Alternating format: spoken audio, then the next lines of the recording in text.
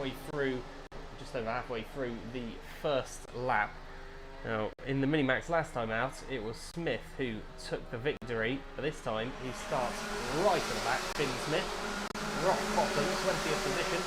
Let's see, after one lap, how much progress he has been able to make.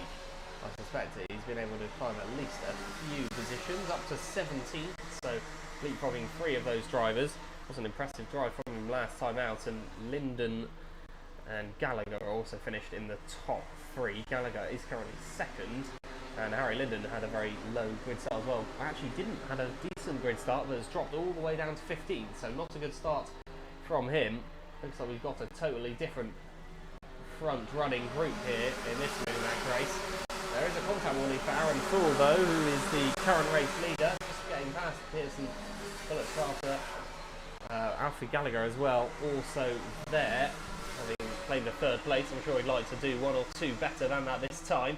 Up the inside he goes on Pearson, Bullock Carter. I believe that is a change for 2nd. Alfie Gallagher in the number 27 does drift slightly wide though, opens the door, but Fool can't find a way back through. I think it's actually Bullock Carter who's now in the lead of this race, out of the top end and across the line. It is the number 15 of Pearson, Bullock Carter, who leads the way, with Alfie Gallagher and Aaron Full in 2nd and 3rd. 4th is Matthew Lambert with Billy Edgecombe 5th. 6th place James Mintoff with Leo Purchase 7th. 8th is Donovan Dyer. 9th Harry Linden and Jamie Burton 10th. Remarkably, Donovan Dyer in 8th place. He was a novice, started right at the back up into 8th, so brilliant progress made from Dyer there. Interesting to note as well that Finn Smith is up to 13th, race winner in Heat 1. And then another quick driver, number 30 of Mason Perrin, who was just 1 position behind Smith on that last lap. A brilliant driver in the cadets class, recently promoted up into Minimax. Onto the Sturmey straights, there you go once again, this gaggle of karts. Almost the entirety of the field is separated by not too much, just a couple of corners really. We have seen them certainly more spaced out in other classes today. On the whole, the Minimax not a huge differential in pace. In fact, all best lap times are within the 36s or the 37s, so that gives you a pretty good indication of the pace similarities that we've got. Harry Linden just setting the fastest lap of the race with a 35.65, and he's in 8th place.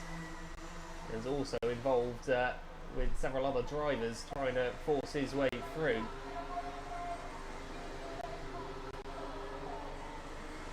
'71 Leo Purchase going toe-to-toe or tyre-to-tyre with, I think it's Mintoff, might be Edgecombe, one of the drivers who he was sandwiched between.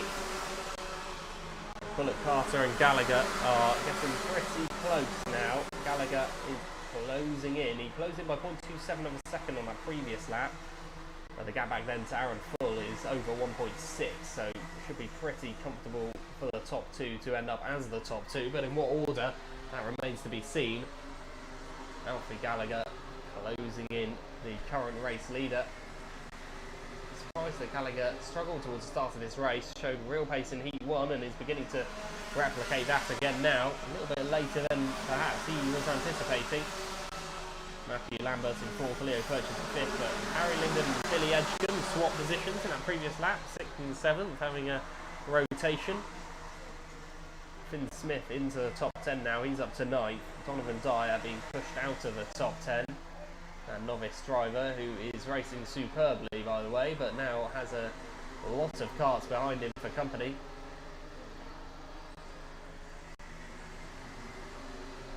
Number 23 is right there with him, Jamie Burt, who Dyer did manage to briefly get past then.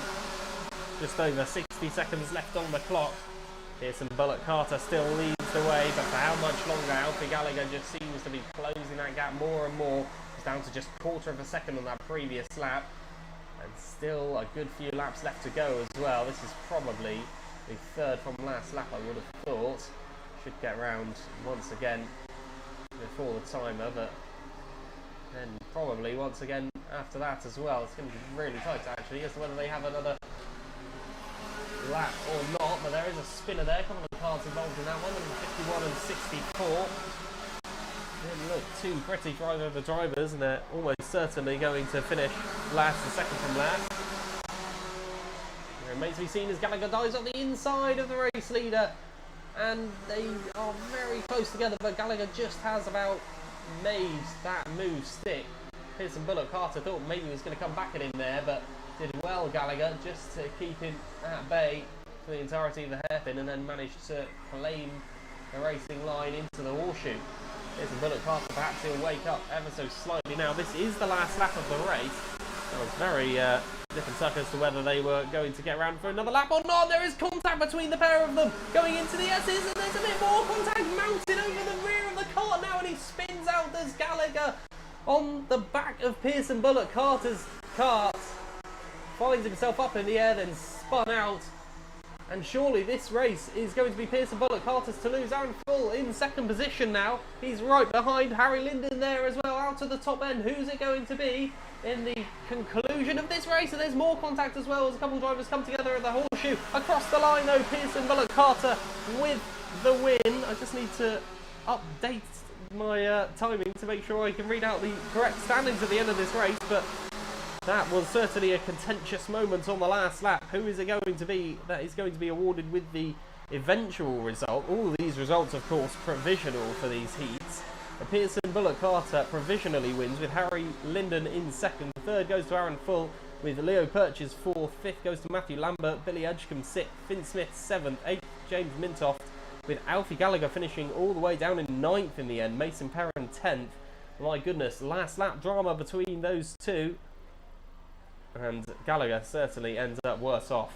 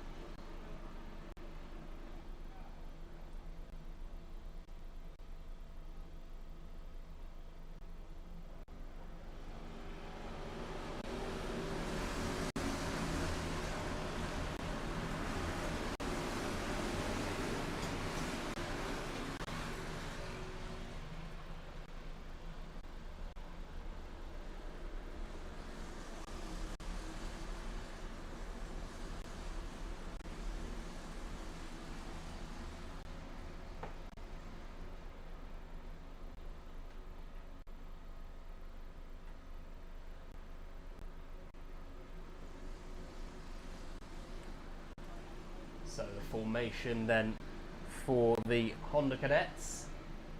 They are next up. It's their third heat, but not the final heat. It will be some of the drivers' final heat. The youngest drivers that we've got out on the track at the moment.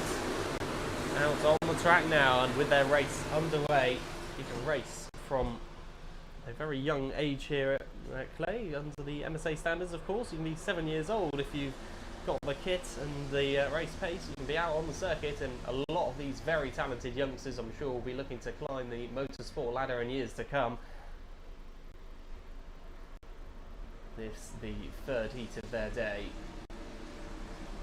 and a little bit of argy-bargy with some of the drivers there, trying to settle in early on. There's already a pretty decent gap back from, I think, 6th place back to 7th. There's a fairly sizable gap there. Charles Green is leading the way with Emily Ackett's in 2nd place, Scott Marsh in 3rd.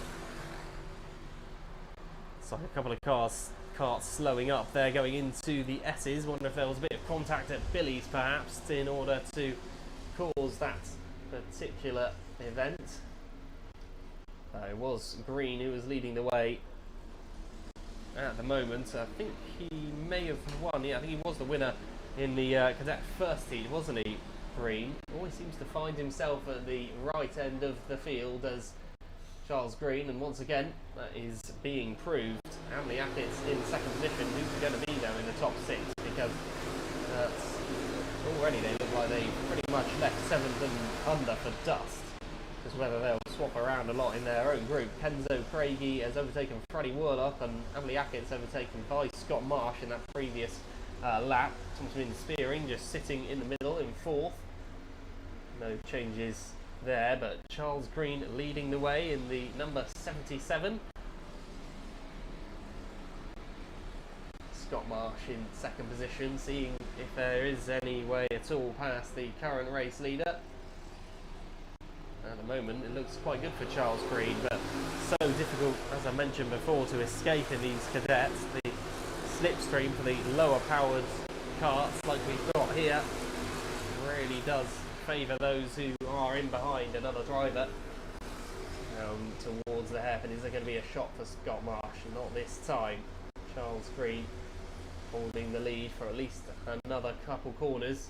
Going up the inside now though, the number 99 of Thomas Min Spearing, finding his way into 3rd place, but then dropping back into 4th. All he's done there, I think, is cost Emily Ackett's a couple of positions. I think Kenzo Craigie was the big winner out of that, going straight up into 3rd. You'll see though as they cross the line, it is indeed Craigie's up into 3rd place with Min Spearing in 4th.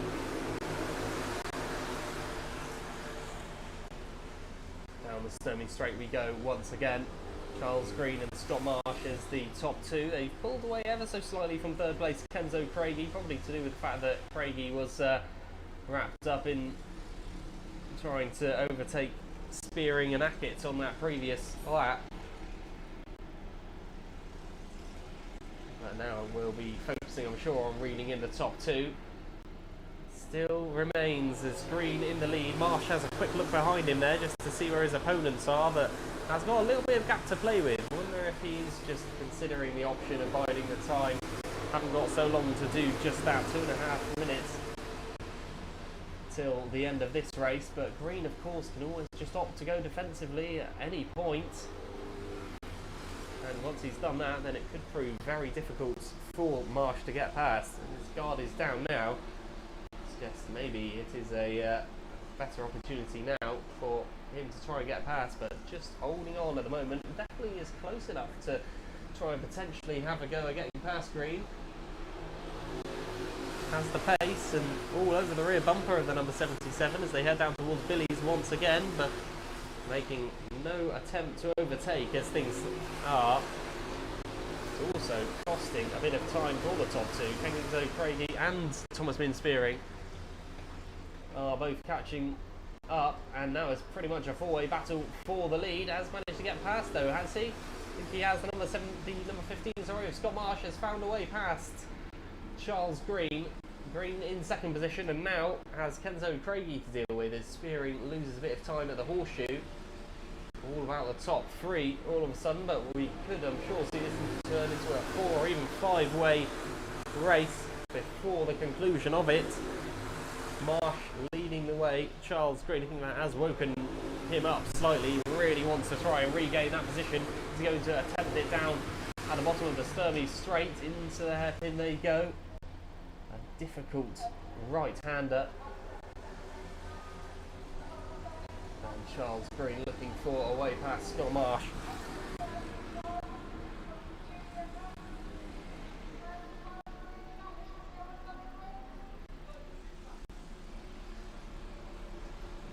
Heading down towards the timing line once again though. Bumper to bumper, the top two. Craigie and Spearing in third and fourth. Fifth place. A bit of no man's land now really for Freddie Worlock, and Ameliakis is having a bit of an attention from Hugh Moulton and Freddie Baker as well, who are trying to manoeuvre their way into the top few positions. There's 15 seconds left on the clock, so they won't get around in time to begin another lap. The next lap will be the final one.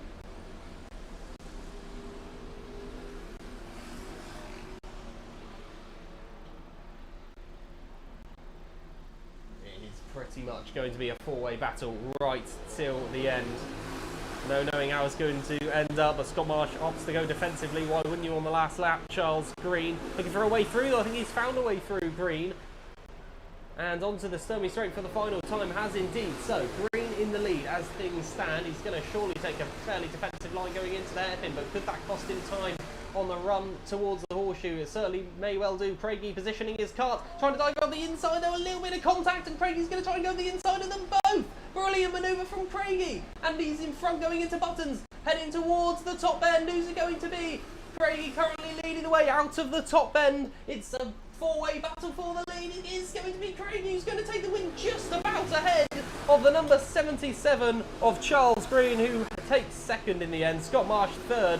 Fourth goes to Thomas Min Spearing. A brilliant battle between those four drivers right at the end there. Charles Green 0.03 of a second behind Kenzo Craigie, with Scott Marsh in third, 0.08 of a second behind Craigie, so just 0.05 away from Charles Green, but nearly 3 ways across the line there. It's lucky that we got these timings, because that would have been very close to call a photo finish in the third heat of the Honda Cadets.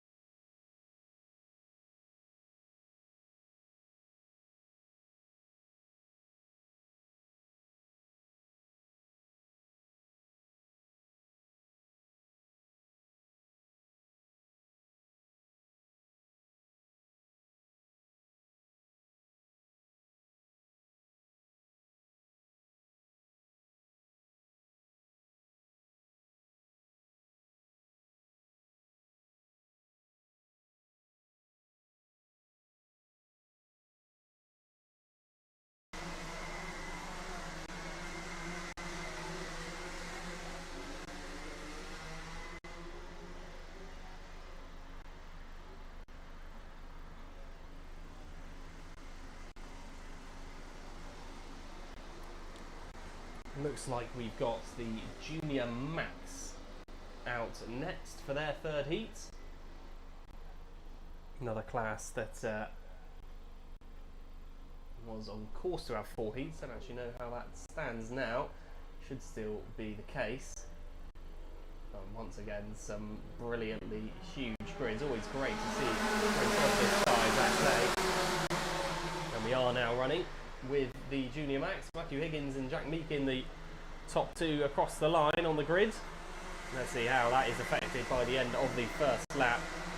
Daniel Armstrong and Nicole Sutherland were on row 2.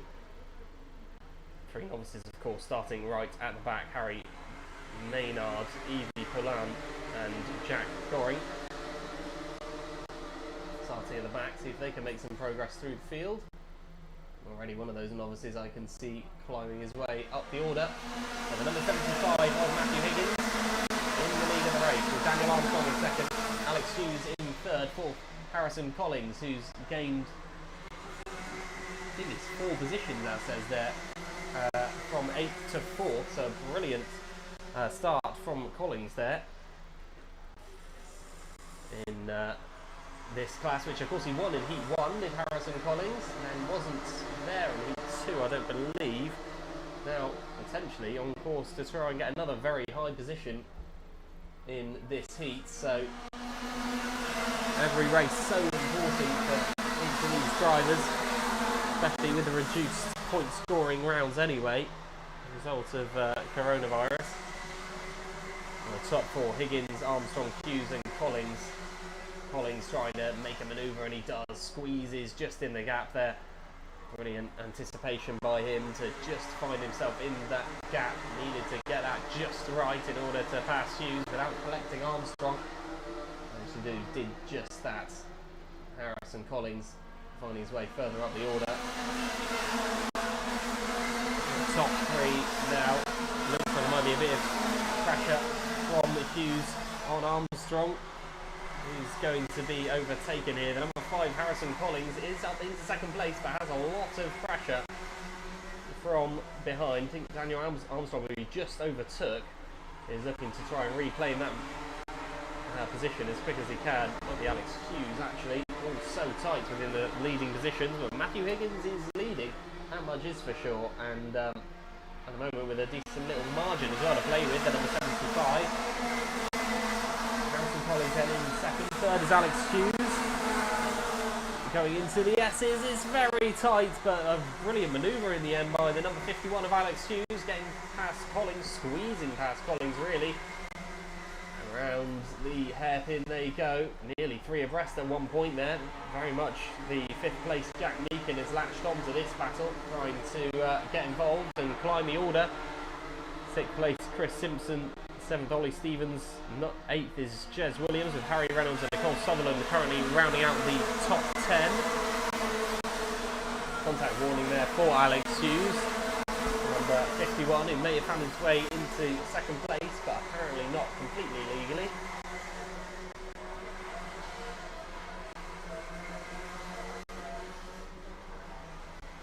Heading into the horseshoe once more for these drivers. Collins, Armstrong and Meakin making a powerful 3 karts battle there. Alex Hughes is up into second place now. Collins down the order when Collins looks to be on a real resurgence at the start of this race.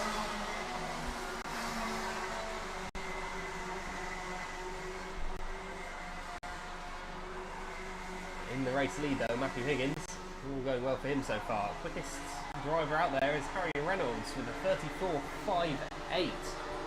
Very quick lap time for a Junior Max there, and well, that kind of pace is only going to help him find his way further up the field.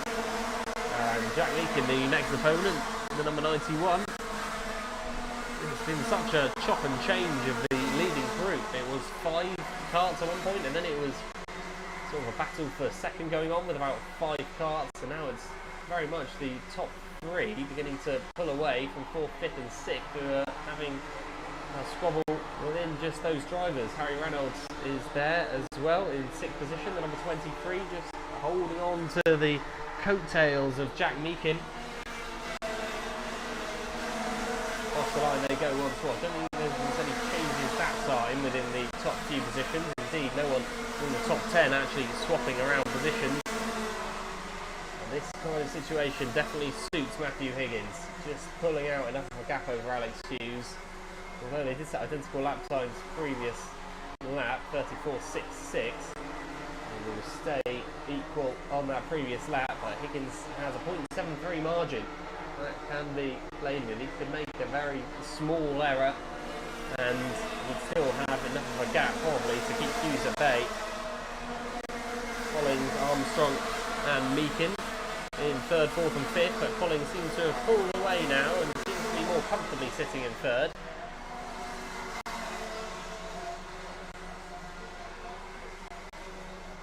Collins was the winner in Heat 1, looking to try and get another podium. Of course, not all the podiums exactly celebrated as such for the Heat, but for the final certainly will be. Lots of championship points up for grabs in those finals that will be coming up later on this afternoon. Just 20 seconds left on the clock though. Matthew Higgins and Alex Hughes in second place. Third, Harrison Collins. Fourth, Daniel Armstrong. And fifth, sixth and seventh now. It's Meakin, Reynolds and Williams who are all tightly packed together. Next lap will be the final lap. Who is going to come out on top of that particular battle? I think it is Meakin who's just about in charge of it at the moment, but Harry Reynolds and Jez Williams not far behind. Out to the top end they come then. These drivers, the front runners, and across the line we go. Nicole Sutherland, by the way, picking up a couple of positions up into 8th place now. Chris Simpson falling out of the top 10 with Boysen and McIntyre finding their way in. Boysen with such a brilliant second heat. And just about creeping into the top 10 in this race, but Matthew Higgins, what a drive. And it's going to be a victory, first victory of the day for Matthew Higgins, with Alex Hughes in second position, Harrison Collins in third. Reynolds actually did get a better on Meakin on that final lap, but across the line we go. And the conclusion of the Junior Max third heat. Still think we do have one more for the Junior Max, so not quite completed with the effectively qualifying aspect for these Junior Max drivers as of yet, but Higgins takes the win this time. Fastest lap goes to Alex Hughes, actually. He finished in second place with a 34.56. And Harrison Collins, Daniel Armstrong, Harry Reynolds, Jack Meakin, Jez Williams, Nicole Sutherland, Callum Boysen and Will McIntyre round out the top 10.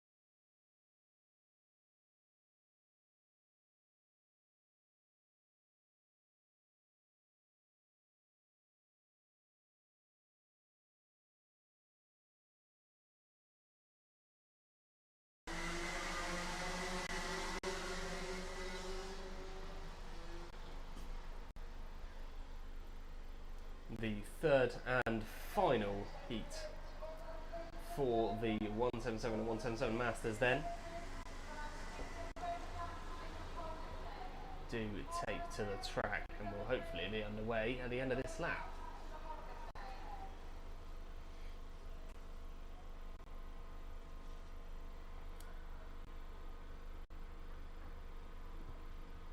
Grid is as follows then: Ian Brownfield and Luke Richards on the front row, Aaron Yeo, Ian Brown row 2, Colin Davis and Reece Llewellyn make up row 3. Looks a definitely slightly reduced field when you look at it there. The 177's probably something to do with last time out, but definitely not as many competitors as we would have expected coming into this race. Aaron Yeo and Ian Brown actually the top 2 going across the line, so a complete reshuffle in terms of what we've come to expect to see. Even if a couple of the drivers are sitting this one out because of technical issues or kart issues, and they're just waiting till the final, they will of course pick up 0 points. And if you finish even last, say 15th, you still get 15 points or so in this particular class. So that would very much work in your favour to at least start the race. But presumably all of the drivers who aren't there because they can't be there, not out of choice. We will see as this race goes on exactly who is likely to be one of the more favourites for the finals, if we assume provisionally that these drivers who are out on the track will be the ones competing in the final. Almost a completely different class once again, almost a rebirth of the 177s for this month. Completely new grid. Aaron Yeo leading the way as things stand, with Colin Davis and Ethan Haynes in second and third.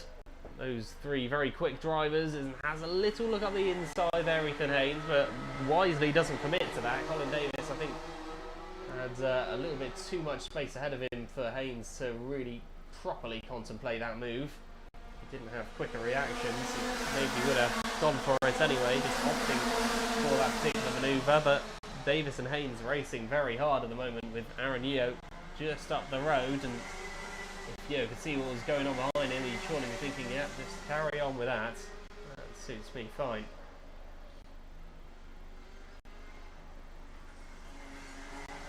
Top 3 then.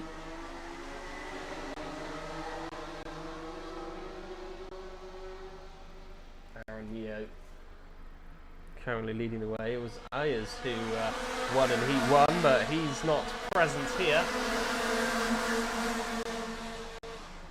Davis and Branfield, the other 2 competitors, and I don't think either of those. Oh no, Colin Davis is, my apologies. So Colin Davis in second place. He could be a pretty decent shoe-in for pole, I would have thought at this point.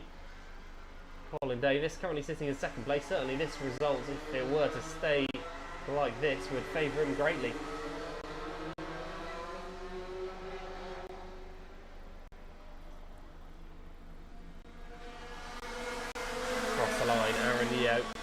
Yet another leader who we've not really come to expect. I think to have different leaders in each class. Every time we've got a new heat, it seems like someone else is leading the way. Not getting 2 or 3 times heat winners. In the larger grids, of course, it's always going to be more difficult to do that, but it does add to the competitiveness of the racing. Aaron Yeo as well doing a good job in the lead at the moment. Hasn't put a toe wrong. Ethan Haynes ahead of Colin Davis now.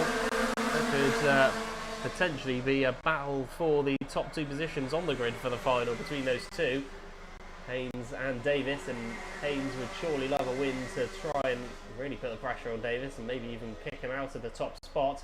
Does have a look up the inside now. He's going to try and reclaim that position, Yeo, but did well to close that off. Ethan Haynes just had the grit in order to be able to cut in front of Yeo and close off any opportunity of Yeo going back and reclaiming that position. So very good manoeuvre there by Ethan Haynes to get himself into the lead of the race. The number 30 now is leading the way and into the S's onto the Sturmey straight. Now Yeo may have a bit of problems from Colin Davis, who is sizing up a manoeuvre. Just under 90 seconds left to go. Yo and Davis second and third. Fourth is miles behind. 3.58 seconds back to fourth place. Ian Brown, who has Reese Llewellyn, Dan Milner, Alfie Williams, Alfie Cockrell, Ben Johnson and Chris Skivier, all of whom aren't too far behind. There's a little bit of a gap back to Alfie Cockrell in 8th, but on the whole it's a pretty tight battle. Ian Brown out the head of it, and manoeuvre there by the looks of things. I think that might have been Reese Llewellyn being overtaken by Dan Milner. Top three beginning to settle down a little more. Yeo still under some pressure from Davis, but certainly looks good for Ethan Haynes to eventually go on and claim this victory with just under 1 minute left on the clock.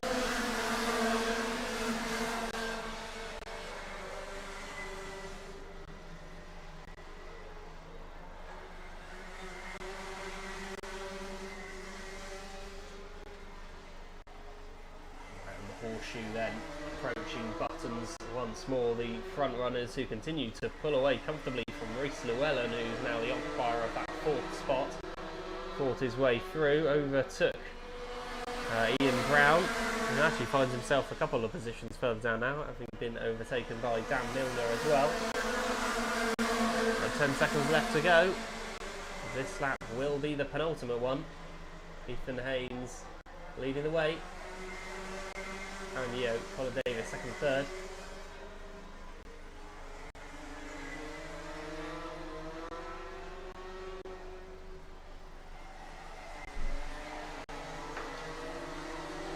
And the top three almost haven't changed at all, not in terms of the distance between each of them for a number of laps now.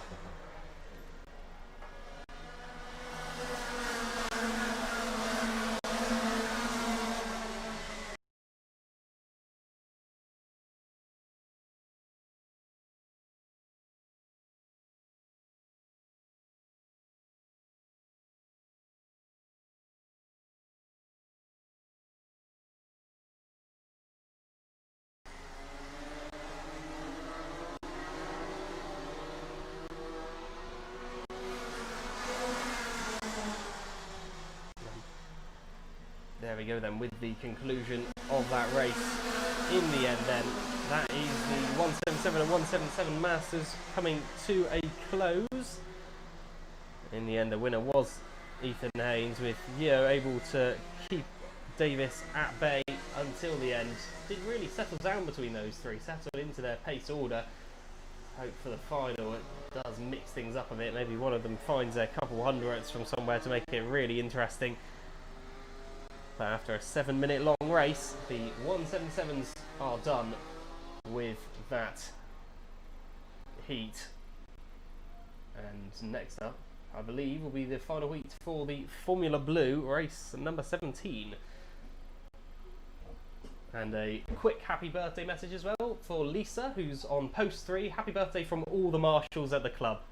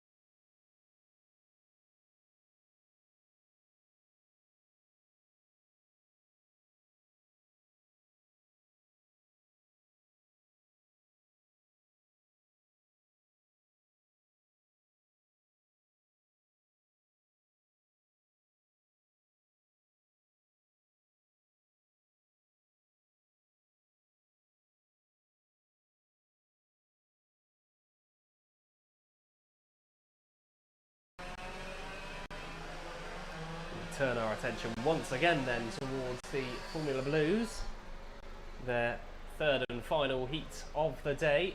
The final will be coming up later on this afternoon, and in fact will be the first final after the, well, I would say lunch break, but it's practically a dinner break at this point.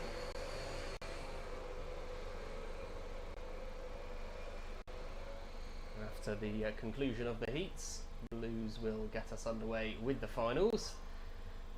All those championship points really up for grabs then.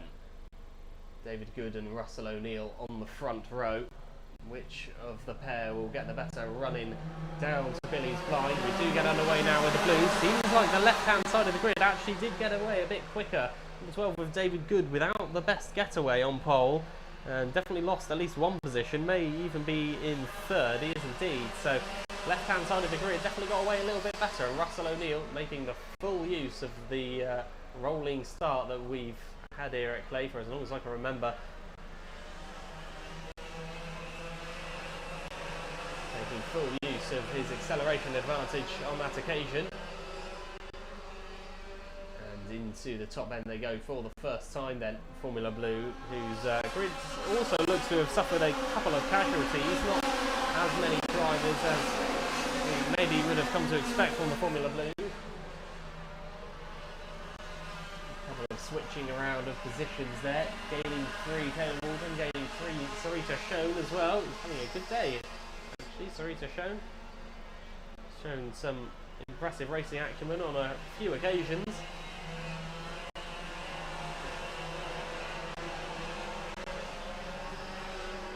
Into the final 5 minutes of this heat then. Go once again, Russell O'Neill leading the way with Michael Bell in second, third David Good, fourth Taylor Waldron, then a huge chain of karts, nearly inseparable after that. It does look very good for Russell O'Neill, and yet again from the front we're seeing some drivers go on to dominate, but it's not usually the drivers that have dominated in races previous. Watts was the quickest driver, well, maybe not the quickest, but the winner in Heat 2. David Watts at the moment in 8th place. I think he was the quickest driver as well. I'm pretty sure he managed to get that purple lap time quicker than the rest of the field. Michael Bell in second position, fairly comfortable in that position at the moment, with enough space between himself and Taylor Waldron in third. Russell O'Neill continues to lead the way with the quickest lap time as well, 37.36. That is significantly quicker than anyone else out there on the track. So Russell O'Neill with a great position really to go on and potentially win this race.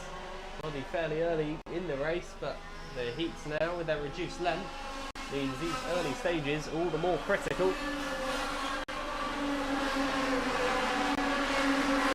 Rita Schoen and Anthony Cleal, 4th and 5th. Stick David Good dropping down a couple of positions. David Watts does climb up into 7th now. We'll want to obviously replicate that win in Heat 2. That would be ideal, but certainly get a respectable points tally from this one to be in a good stead for the pole position later on. Is a tight battle between Michael Bell and Tyler Waldron for that second place, and it is going to be Waldron who thinks going to come out on top. Held the inside for the top end, which is always going to force the other driver to back out. Otherwise there's simply not enough room for the pair of them, and Taylor Waldron in second place, but is he going to come back at him? I think he may well do and reclaim that position. Michael Bell still struggling hard, but Bell does eventually fall behind. Taylor Waldron up into second place. That manoeuvre now completed. This all still points the way of Russell O'Neill though in terms of helping him out. The number 6 who continues to lead the way.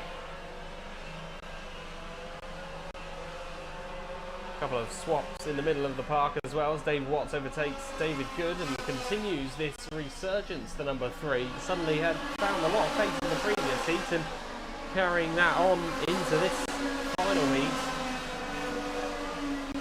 Ben Joseph climbing up to 10th place as well, the number 40 who showed at spurts that he could be very competitive as well. Sarita Schoen came 3rd last time out and is currently in 4th, so potential of getting a second consecutive 3rd place, which would put her in pretty decent stead as well of getting a very high grid position.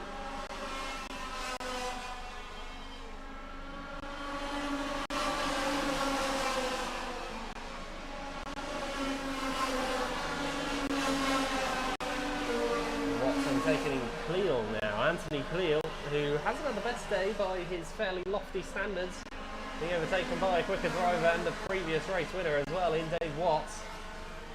Those two almost swapping a bit of form for today. Not that form has anything to do with it really, coming off the back of a 3-month break from karting, but struggling somewhat, Anthony Cleal, especially in his local circuits here. Clay is fairly usually reliable around here. Anthony Cleal. Quickest driver is Dave Watts actually. Probably shouldn't be too surprised by that. The number 3 has been storming this race so far. And will surely be one of the favourites going into the final, I would have thought. Right to the back of Sarita Schoen as well, who's still looking at the rear bumper of Michael Bell and trying to figure out a way past. Taylor Waldron in second place. Doesn't look like there's going to be anything budging here, and that's the case definitely with the race leader, unless there's a park mishap or a seriously big mistake. Should be all good to go for Russell O'Neill to claim the victory in this final heat.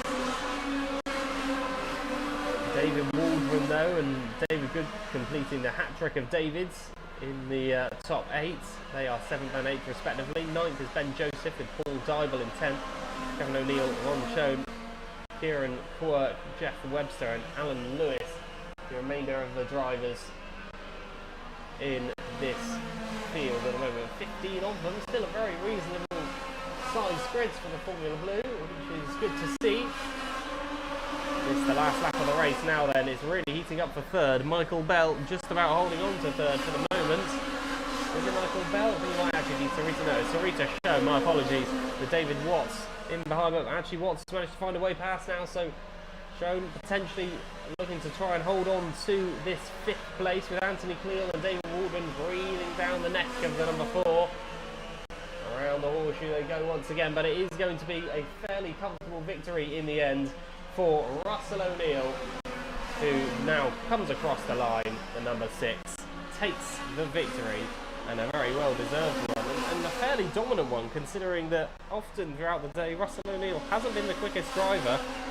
Was being caught at the end too, but in the end there's nothing that anyone could do about Russell O'Neill winning in the 6th, with Taylor Waldron in 2nd, over 3 seconds adrift, Michael Bell 3rd, 4th Sarita Schoen, 5th Anthony Cleal, Dave Watts falling all the way down to 6th in the end, so getting swamped by a couple of drivers. That surprises me, with David Waldron, Ben Joseph, David Good and Paul Dybel as the rest of the top 10.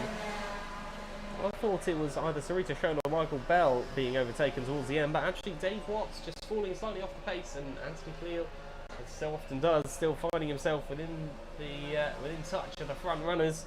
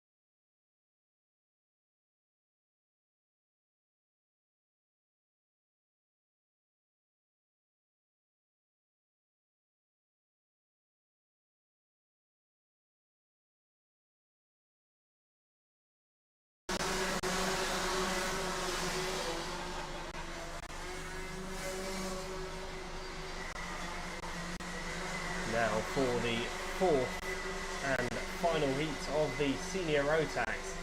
Seems Seems a long time ago now, doesn't it? From that first Rotax race, which we thought initially was going to be one of 5. Now 4. But the grid's still so impressive, and this really is the last opportunity for these drivers now to fight it out to try and get into the A final, of course. Here they come out to the top end. Drivers will head their way towards finish line. The biggest underway, Spencer Skinner and Tin and Rourke on the front row. Managed to get the braking right going down towards the first corner. There is a spinner and a bit of contact as 3 karts end up bouncing across the grass, but all managed to get away pretty much unscathed, minus time and positions. Pretty much what you can hope for in those positions is about as good as it gets, really.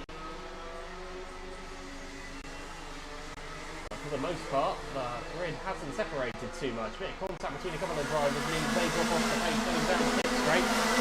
Pretty much the last place you want to lose a lot of time there is at the top end, where it's so important to carry that momentum all the way down to Billy's blind, to try and get as close as you can to max speed in these karts as you can before slamming on the brakes at Billy's. Spencer Skinner and Tin and Rourke went into this race on the front row. Looks like Spencer Skinner's the only one of those two who's managed to retain that status. Still remaining in the lead of this race at the moment, but for how long? Quick drivers remain behind.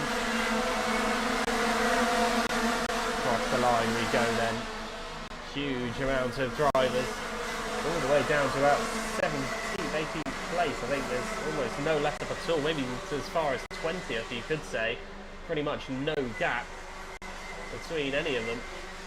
No predicting how this one's going to go. It certainly hasn't been a dominant affair by anyone so far, but Spencer Skinner's done well to hold on to the lead with a lot of pressure from a lot of drivers behind. Ben Casey's up into second, by the way, ahead of Samuel Sanders, who isn't a name I recognise actually, Samuel Sanders.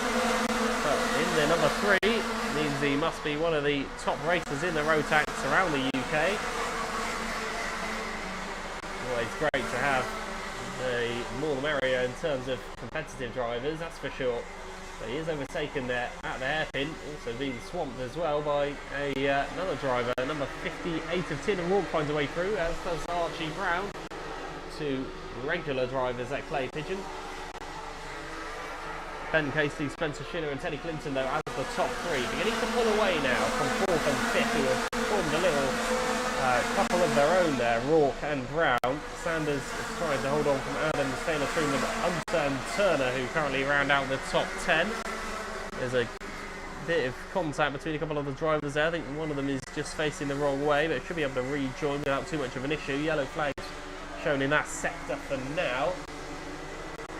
Around the field though, everyone behaving themselves for the moment. The argy-bargy of the few tyre pumping, some bumpers coming together here and there, sure. But nothing too serious as of yet. Might have a retirement though. Maybe our first one of the race, pulling off to the inside of Billy's here. Who is this? Who I think is out of the equation. It's either Brandon Haig or Owen Allison, neither of whom have come across the line. One of the drivers. Oh, there's contact there. There's a couple of drivers come together. That's the O plate actually. So that's Reese Hunter, who was on some pretty serious pace, but then comes together. Number 58 collects. Number 58 was already trying to rejoin the circuit, and the 90 spun around. That was Ben Page in the novice actually, being spun around by one of the non-novice drivers. Didn't look too happy about it, did he, Ben Page? There's a few drivers who've taken to the pits as well. Reese Hunter, Tin and Rourke, Brandon Haig's out of the equation. Owen Allison is also out, so within a couple of laps we've had a lot of action there. With contact between some of the drivers, sometimes 2 into one corner, just doesn't go. Often that is the case for the S's, but the horseshoe we've seen that several times throughout the day as well. Ben Casey now our new race leader. Spencer Skinner dropping to 3rd. Teddy Clinton in 2nd position, by the way. To find a way past Casey, actually offering some real pressure to the race leader in the number 54. The fastest lap though belongs to James Moore Moorcroft, the number 21, who's fighting his way further up the field. Always a very competitive racer, James Moorcroft. I'm also told it's his mother's birthday today, so happy birthday.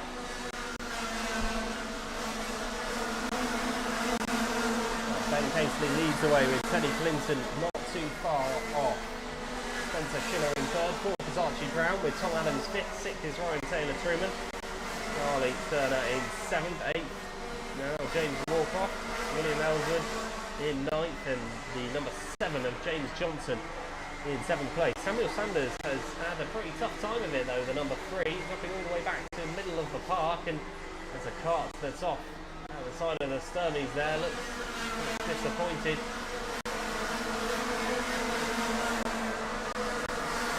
The final for the senior Rotax really is going to be eventful. I cannot wait to see it.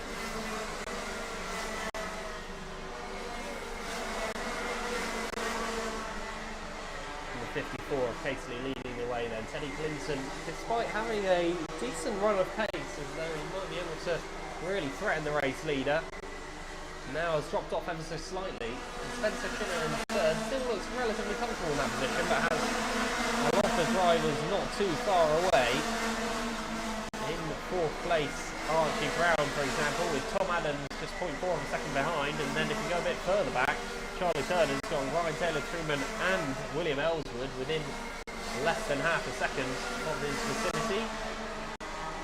Heading towards the horseshoe then, this looks like it's very much going to be a passing opportunity. Just getting past Moorcroft there, I think that's Harry Gibson overtaking the number 21. Shift in positions for those two drivers. Holding on to third for now though, with Archie Brown in fourth, fifth, Tom Adams, Charlie Turner, William Ellswood, and Moorcroft actually does gain a position because Ryan Taylor Truman's been pushed all the way down to 12th now. Got a good lap for Ryan Taylor Truman there. In contact with some other drivers perhaps. But good effort by the novice of Jack Maidment, who's up to 18th place in a 27 kart lobby. That's really not too disappointing, is it, for a novice driver, inexperienced driver in the senior Rotax class. Seems to know what he's doing though, as the checkered flag waves. These heats are going over quicker than I can even begin to figure out who is the favourite for the win, but that is the checkered flag. End of the race, and Ben Casely does win in the end. Half the race it was Spencer Schiller in the lead, but Casely, having overtook, looked pretty good after that, and Teddy Clinton not able to offer the pressure perhaps he would have wanted. Finishes second though, Spencer Schiller third, fourth goes to Archie Brown, Tom Adams in fifth.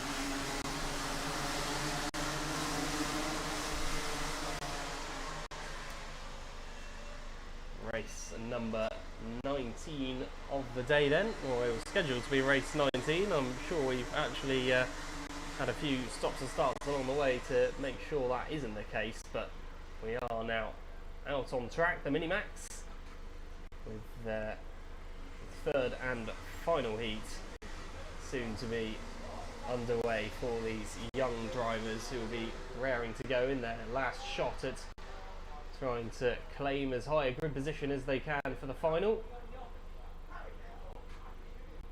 One of the later finals this afternoon, actually, the Minimax. Should be the third and final race of the day. We are now underway with this 6-minute heat, and there's a spin instantly. He's definitely going to collect a couple other drivers along the way, but luckily he was at the braking point at Billy, so everyone was already slowing down, which is fortunate. Yellow flags waving for sure, and marshals will sort that out. Ever the efficient, the marshals here at Clay Pigeon.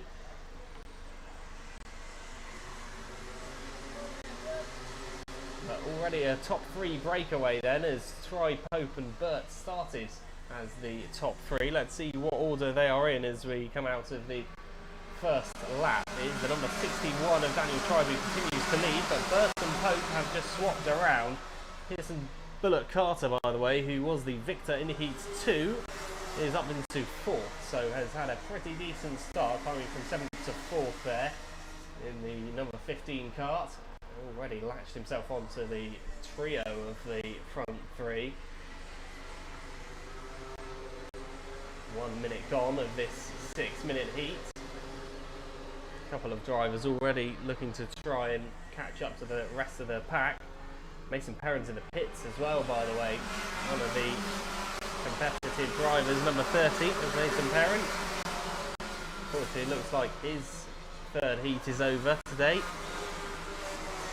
Daniel Tribe, Jamie Burton, Pearson Bullock Carter, two of those two drivers, the leading pair at the moment, are seeking their first win of the day.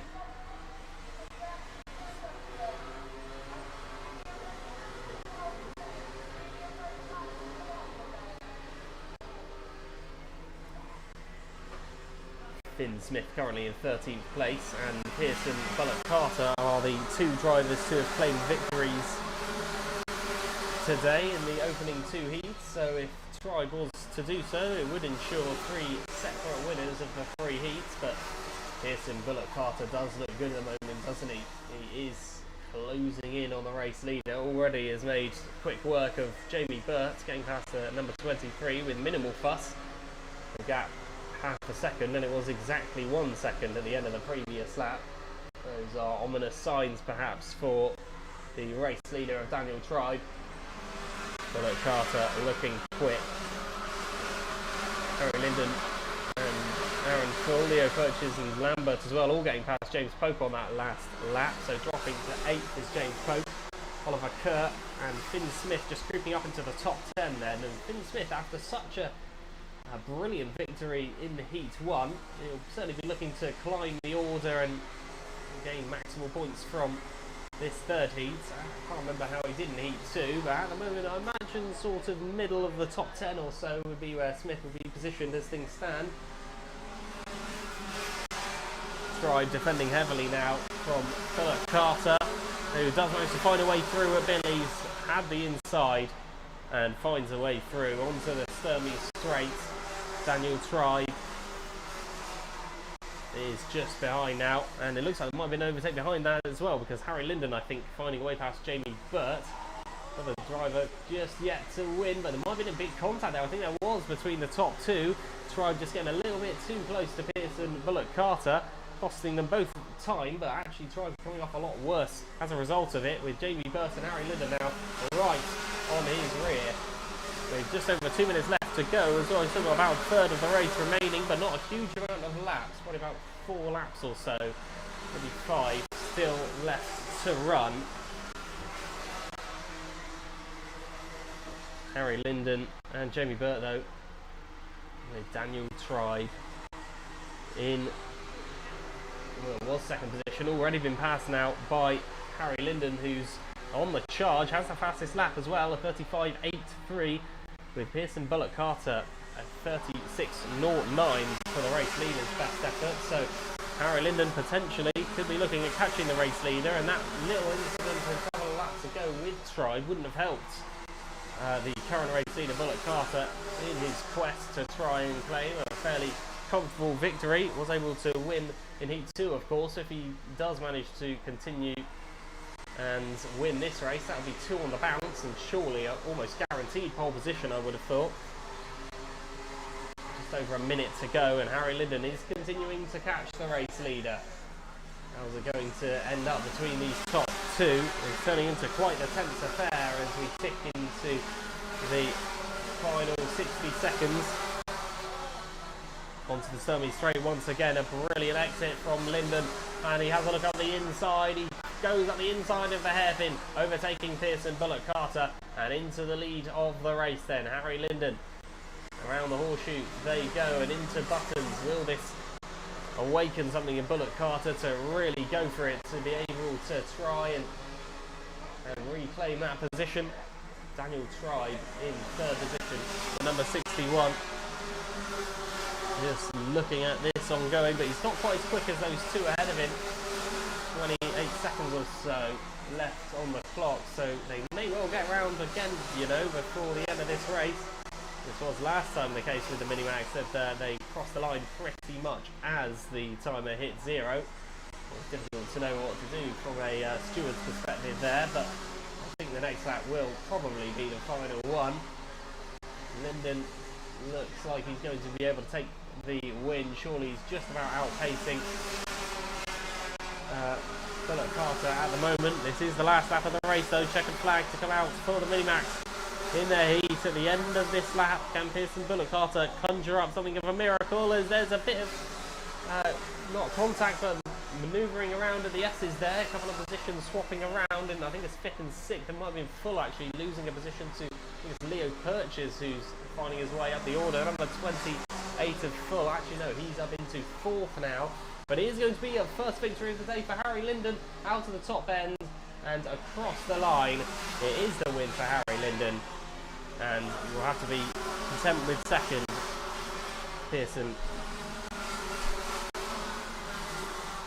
as they are slowed now. And Pearson Bullock Carter in 2nd place, Daniel Tribe 3rd, 4th goes to Aaron Full, Leo Purchase 5th, 6th Jamie Burt, Finn Smith 7th, 8th Alfie Gallagher, James Pope and Billy Edgecombe 9th and 10th.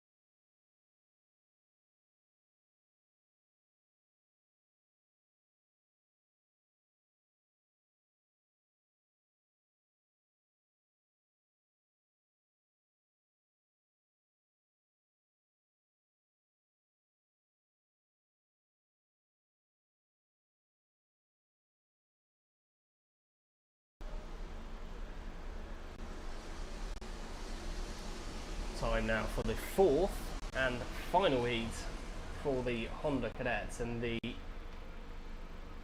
penultimate heat of today. Have a look at the grids very shortly when it cycles back round to show me who is on pole. Looks like it's going to be Hugh Moulton alongside Sasha Bagley, with Kenzo Craigie and Harrison Whitcomb on row 2. Of course, Craigie was the victor of Heat 3, coming off the back of a brilliant win there. Can he replicate that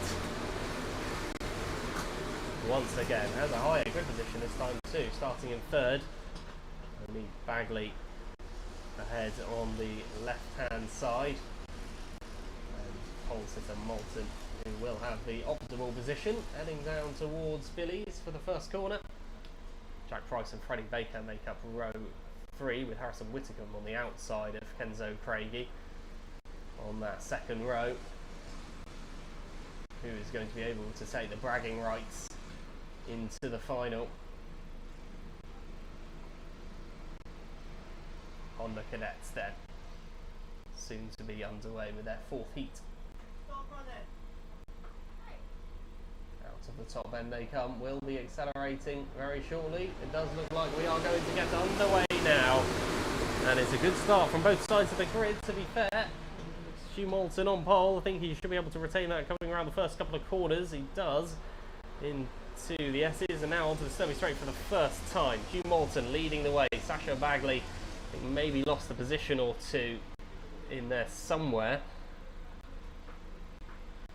Craigie and Whitcomb not far off the pace as things are. With the number 18 also, Freddie Baker, he's up into 4th now, so gaining a position there. Kenzo Craigie and Harrison Whitcomb also involved in the top few positions. It's going to be a seriously hard task for whoever's in the lead at the moment. Stu Moulton, that is a uncomfortable position to be in, really, with this many carts breathing down your neck and so much time to try and defend it. But may not have to worry about that. Has just been overtaken by the number 60 of Kenzo Craigie, who is seeking his 2nd win on the bounce. Into the hairpin we go. Now heading into the horseshoe, up the inside here. It's going to be a manoeuvre on Stu Moulton. I think that's going to be Harrison Whitcomb up into 2nd place. Number 66 on the number 51. Change in personnel in terms of the order with the top 4. Across the line we go then with these 4. Kenzo Craigie in the lead, with Harrison Whitcomb in 2nd, Stu Moulton in 3rd, and Freddie Baker 4th. Across the line we go then, nearly 3 abreast actually. 2 of the novices involved there, Brendan James and Ethan Francis, having a brilliant little squabble.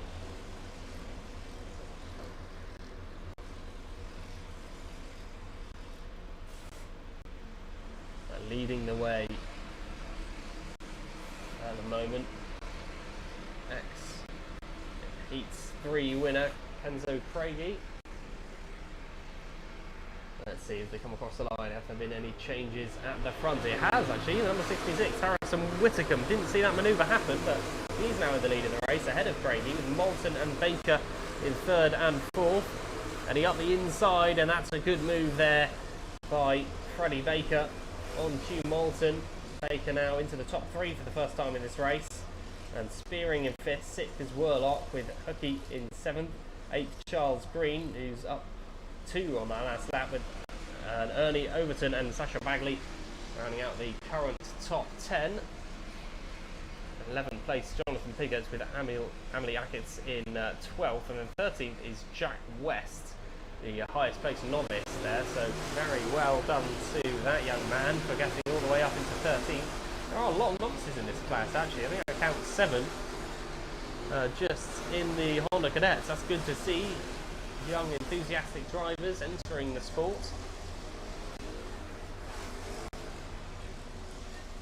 Around the hairpin we go, into the horseshoe once more. Harrison Whitcomb leading the way, with Kenzo Craigie in 2nd position, Freddie Baker in 3rd, and Stu Moulton 4th. Nothing to separate those 4. Frankly, it could be a 4-way battle all the way to the checkered flag. Across the line we go. Spearing 5th, 6th, Worlock and 7th Green. Not much to separate those 3 either.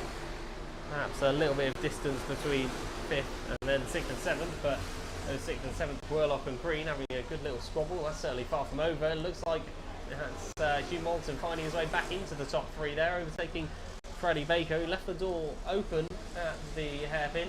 Able to take advantage of that, Stu Moulton. Now into the top end once more. Whitcomb and Craigie, I think, have swapped around once again. Kenzo Craigie back into the lead of the race. Whitcomb in 2nd, Moulton in 3rd, Freddie Baker in 4th. On to the Sturmy straight once more.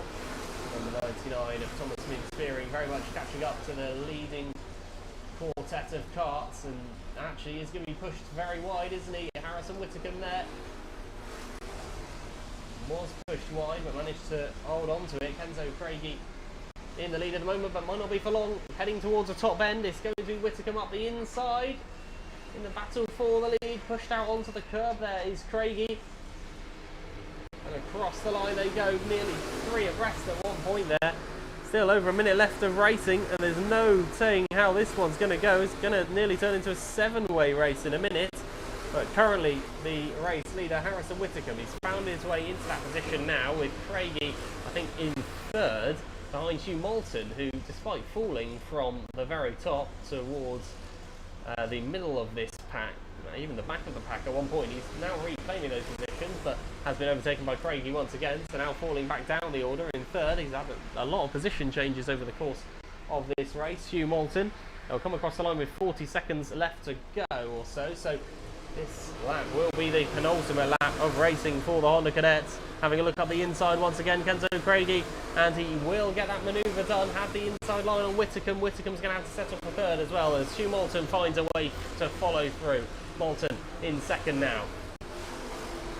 Hogs the inside. Does Craigie, who's currently in the lead of this race. Does once again a good job of keeping those karts behind. Harrison Whitcomb in 3rd, with Hugh Moulton in 2nd there in the middle. Around the top end they come. Such a tight-knit battle. Next lap will be the final lap. How's this going to end up with a 7-way battle for the lead? Whitcomb, Craigie, Moulton, Baker, Worlock, Green and Spearing all involved. There's going to be a couple of overtakes a little bit further down that pack, but I can't see for whom. And onto the Sturmy straight for the final time. Kenzo Craigie leading the way, with Hugh Moulton in 2nd place. Harrison Whitcomb in 3rd. He's going to try and find a way around the outside, is he? Maybe it would give him the advantage of the inside of the horseshoe, but he couldn't quite find a way. This all works in the favour of Kenzo Craigie, who, remember, is seeking his 2nd consecutive victory here. Hugh Moulton in 2nd place, sandwiched. Is it going to find a way up the inside there? Not quite. From Harrison Whitcomb, opportunistic move, couldn't find a way through. And now coming across the line, it is going to be Kenzo Craigie to take the win once again. Just about ahead of Hugh Moulton and the rest of the pack. But my goodness, that was about the most tense that it's got today, really, from those drivers so close together, separated by very little. And the biggest gap between any of them was 0.16 of a second between Whitcomb and Charles Green. That's between 3rd and 4th, but Craigie beating Moulton to the line by 1/10 of a second. Whitcomb 3rd, 4th Green, 5th Baker, Brady Worlock, Thomas Min Spearing, and Jonathan Piggott, Jensen Hookey. And a big shout out to Jack West, the number 92 novice, who finished 10th. Brilliant drive from him. Ernie Overton in 11th, 12th Lucas Howell, with Amley Ackett's 13th, 14th Sasha Bagley, 15th Max Fallon, with Cameron Nelson, Ethan Griffiths, Jack Price, Travis Rose and Daniel Hines, rounding out the top 20 in the results there of the Honda Cadet.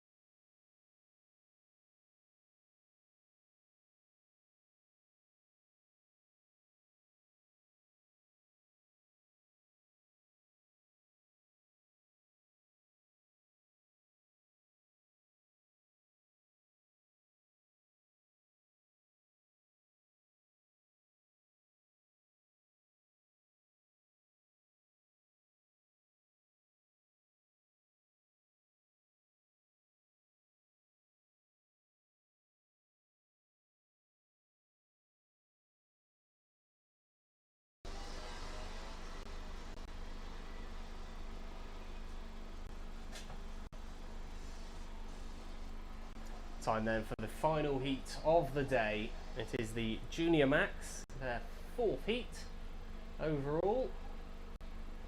Each of these drivers will have only competed in one, two or three though, or in two of those I should say.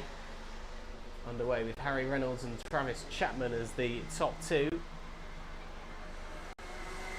Onto the Sturmey straight we go for the first time.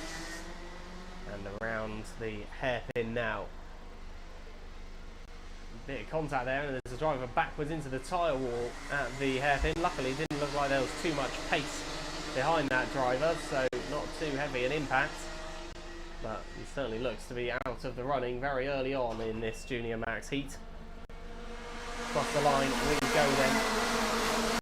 Harry Reynolds, Chris Simpson with the top two, Daniel Armstrong in third, Jez Williams fourth. And fifth place is Kieran Kay, having found a way past Travis Chapman early on. Yellow flags waving, so no overtaking at the hairpin. Don't know what positions each of the drivers were in, but a couple were side by side there. Make sure they settle into the positions they were before the yellow flags. He's leading 5 though, beginning to pull away slightly from 6th place Travis Chapman. Across the line we go once again. Harry Reynolds leading the way with Daniel Armstrong in second. What we've seen so far from Junior Rotax, there's been wins for Collins and Higgins. Either of those two drivers are in this race, don't actually think they are, so we got their wins earlier on in the day when they were competing. Now maybe a great opening for one of these drivers to claim their first victory of the day in the fourth heat before the all-important finals.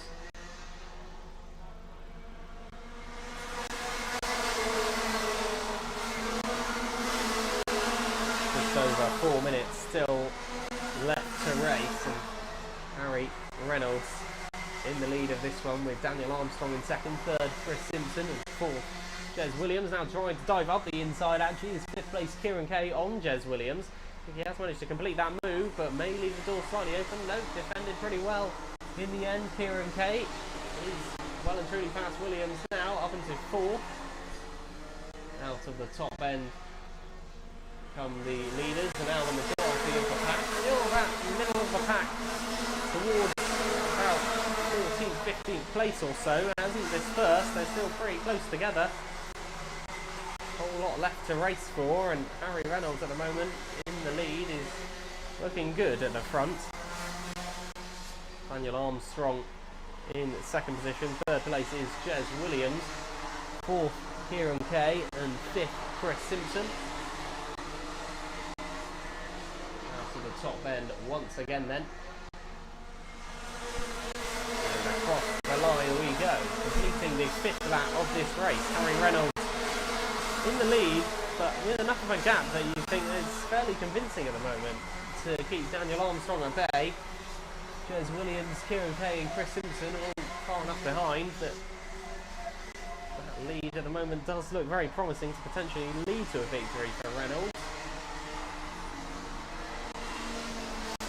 Just over halfway through this race, which, as we just learnt, the finals are going to be as long as these heats, so 6-minute long finals, a quick spurt for the drivers to try and get as high up the order as they can for those all-important championship points.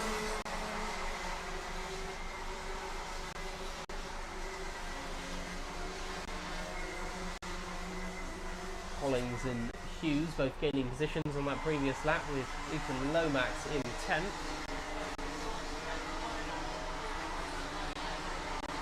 It does look fairly dispersed now with the front runners. Armstrong Shaw is still fairly close to Reynolds, but there's not a lot in it. In terms of Reynolds with the gap, the gap closed by 0.03 of a second last time out. They look fairly equal on pace as things stand, and with Reynolds having and holding that much of a gap, it should look good for Armstrong to stay at bay. Jez Williams and Kieran Kay in third and fourth. They are significantly closer together, and you can imagine that Kay may well be scheduling an overtake on Jez Williams sometime soon. Simpson in fifth is quite a bit further back now, with Callum Boyden also tagging into the battle in sixth place. Boyden claimed the victory actually in the Heat 2.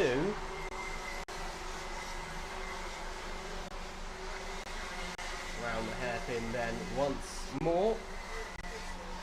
The horseshoe also introduces us to the final 60 seconds of Heat 4 racing for the Junior Max. Harry Reynolds does continue to lead the way for now. Armstrong in second position, third is Williams, fourth is Kay.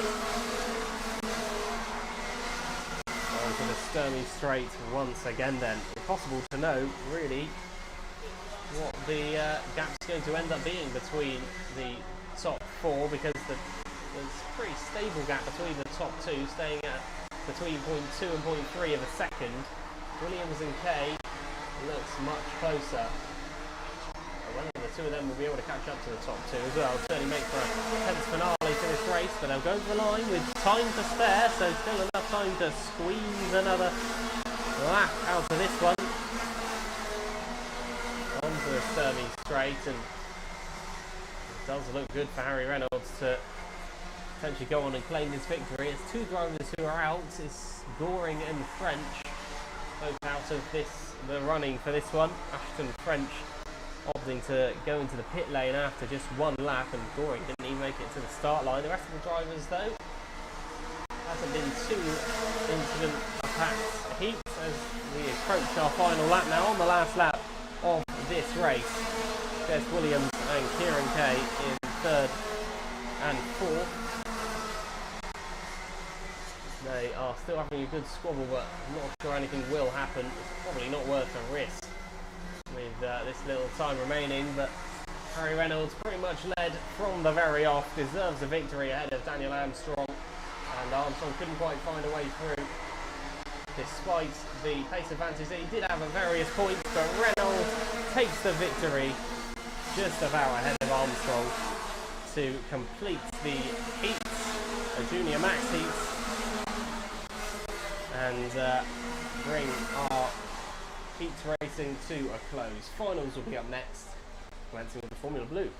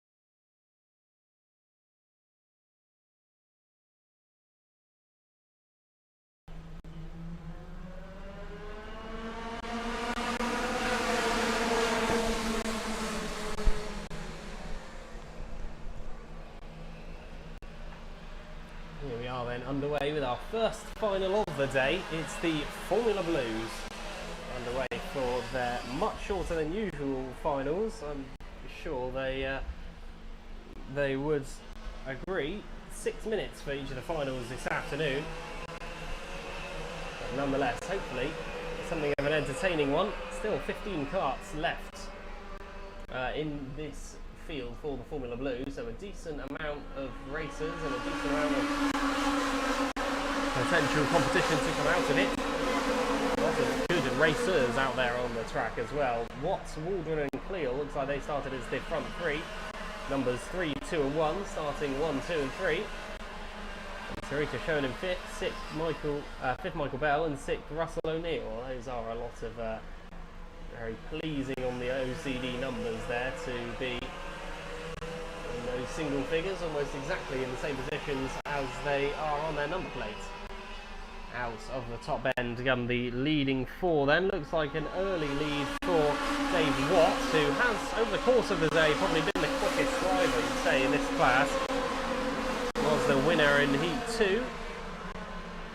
Taylor Waldron and Anthony Cleal in second and third. Anthony Cleal has been a little off colour at points over the course of the day, but now is looking to respond with a very positive result, and if he could snatch a victory here, that would be a very impressive result, given that he has lacked pace on occasion. The race leader of Dave Watts has certainly been quicker than Cleal over the course of the day as an average. Does set past half the race as well, Dave Watts. After 3 laps, setting a 36.98. Taylor Waldron and Anthony Cleal in second and third.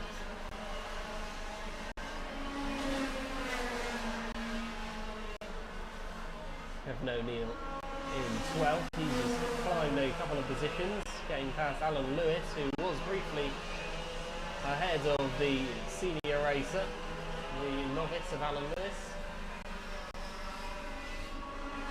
Once again, Dave Watts leads them round, approaching halfway stage now of this final. Taylor Waldron and Anthony Cleal in second and third, but not quite with the pace of the race leader, not able to really challenge him enough. Sarita Shone looks more of a threat to Cleal than Cleal does to Waldron, who's just up the road as well. Russell O'Neill in fifth, and sixth is Michael Bell, who's just ahead of the number 8 of David Waldron.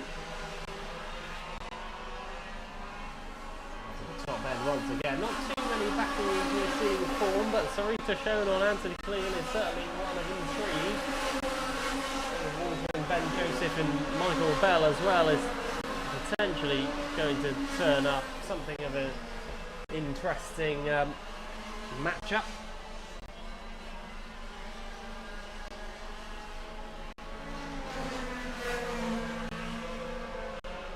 Too much to report in terms of battles. In terms of lap times, David Watts in the lead with the fastest lap of 36.75 and continue to open up as well. Has pretty much got further away each and every lap, and this lap again by another 3 tenths opens up his lead to 1.34 seconds. Can't say it's not undeserved from Dave Watts as we approach the final third of this race. Dave Watts leading the way with a gap that's looking increasingly impressive as time goes on. Taylor Waldron and Anthony Cleal only really watch the number 3 disappear further up the circuit. Sarita Shone beginning to lose pace slightly with Anthony Cleal as well. Russell O'Neill very much looking odds on for 5th place. Being better of Michael Bell in this race earlier on. And Bell having settled for 6th for now. Waldron and Joseph not too far behind.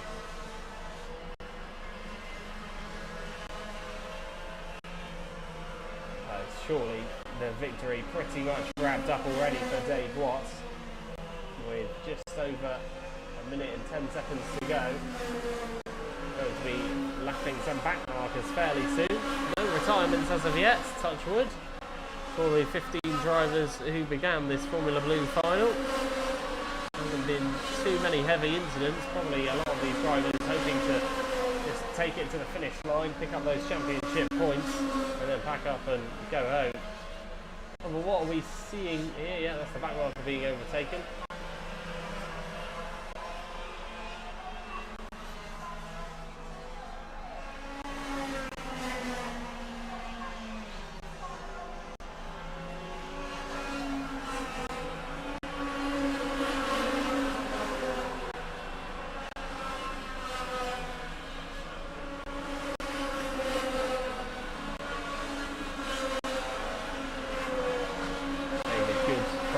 In ninth with 10th place Paul Dybel. On shown is 0.37 of a second behind, so that's potentially not over for 10th place.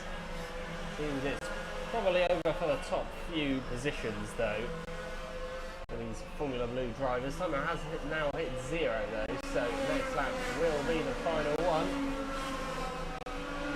Next final will be the cadets, I believe, and unlike the heats where there were slightly reduced grids and we were given a lot of cars on the track, but still not the maximum because of the 4 heats that we permitted, the cadets will all be on the track at the same time now, all of the quick drivers together in one race, so that will be sure to be a spectacle.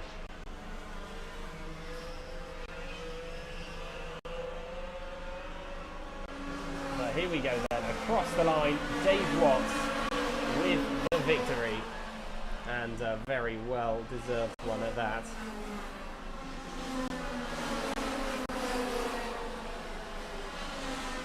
Didn't really ever look in doubt, did it, for Dave Watts, with Taylor Waldron and Anthony Cleal in second and third, fourth Sarita Schoen, Russell O'Neill, Michael Bell, David Waldron, Ben Joseph, David Good and Paul Dybel as the rest of the top 10 in the conclusion of Formula Blues.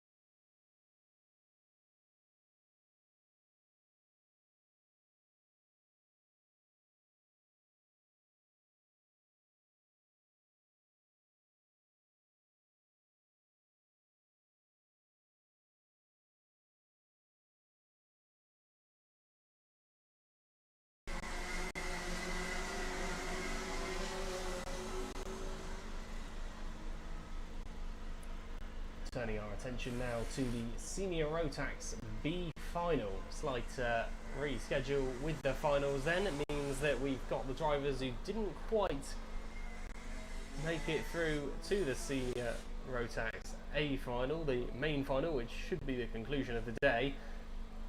And the top few spots will lead a route onto the back of the A Final grid. Otherwise, they are effectively eliminated for today, but still championship points up for grabs here. So a decent race regardless, I'm sure.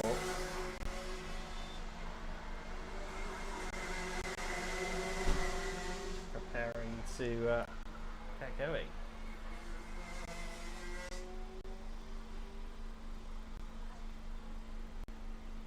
Waiting for my screen to load so I can see who's where.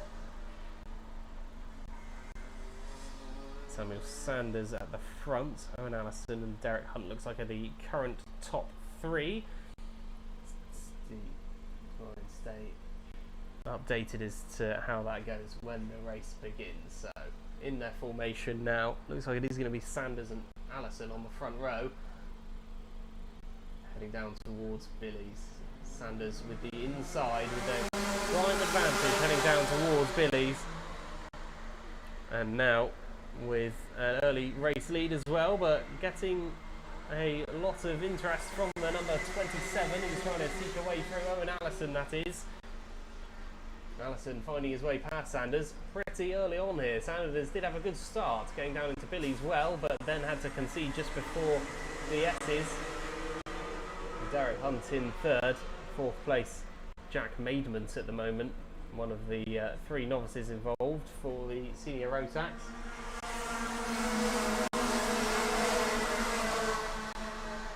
Heading down and into Billy's once again. With contact between third and fourth as Hunt and Maidment come together. Holding the inside line though, Hunt for third. Owen Allison and Samuel Sanders though, at the moment, the top two are looking pretty good, heading around the latter part of the section to make it into the A Final. Owen Allison in the number 27 as the race leader. He certainly does look the quickest driver out there as well, with a 34.61 as his current fastest lap. Not slow at all for a B Final, is it, to get anywhere near that kind of margins, but there's a couple of cars who have come together facing backwards at the S's and another one bouncing across the grass. Not good at all for the number 75 or 15, I think it's 15 of Thomas Rotherham, who has to quickly get back onto the circuit but loses a lot of time. It is Hunt versus Maidment in a battle for third place down to Billy's line. Does look very good for Owen Allison though, even in these relatively early stages, nowhere near even halfway through this race really, still a minute off that. But you would say it's hard to look past Owen Allison claiming the win for the B Final in the Senior Rotax. Great to have these B Finals, of course, means there's so much interest in the class that B Final is even possible. Maidment and Hunt once again battling it out into Billy's. This time Maidment does get the better of the veteran.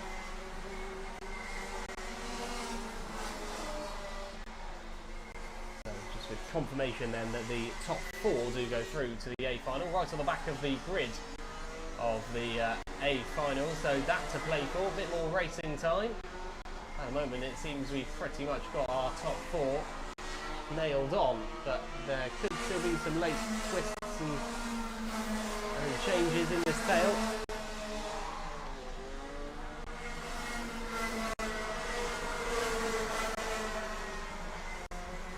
If any of the two end up coming together, then it will surely present an opportunity to Dylan Brooks, who's in fifth place, one of the novice drivers, but is currently the first driver outside of the four will automatically go up. Thomas Rotherham's in the pits, by the way, so unfortunately that is day over for the number 15 in the Senior Rotax. Doesn't look too good for Vincent or Pickard too. And Page and Brooks at the moment outside of the 4 automatic places to go into the A final.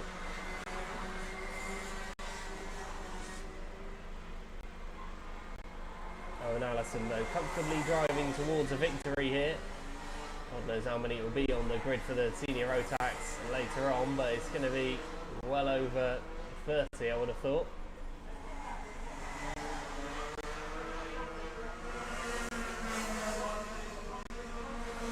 Off the line goes Samuel Sanders to complete his 7th lap.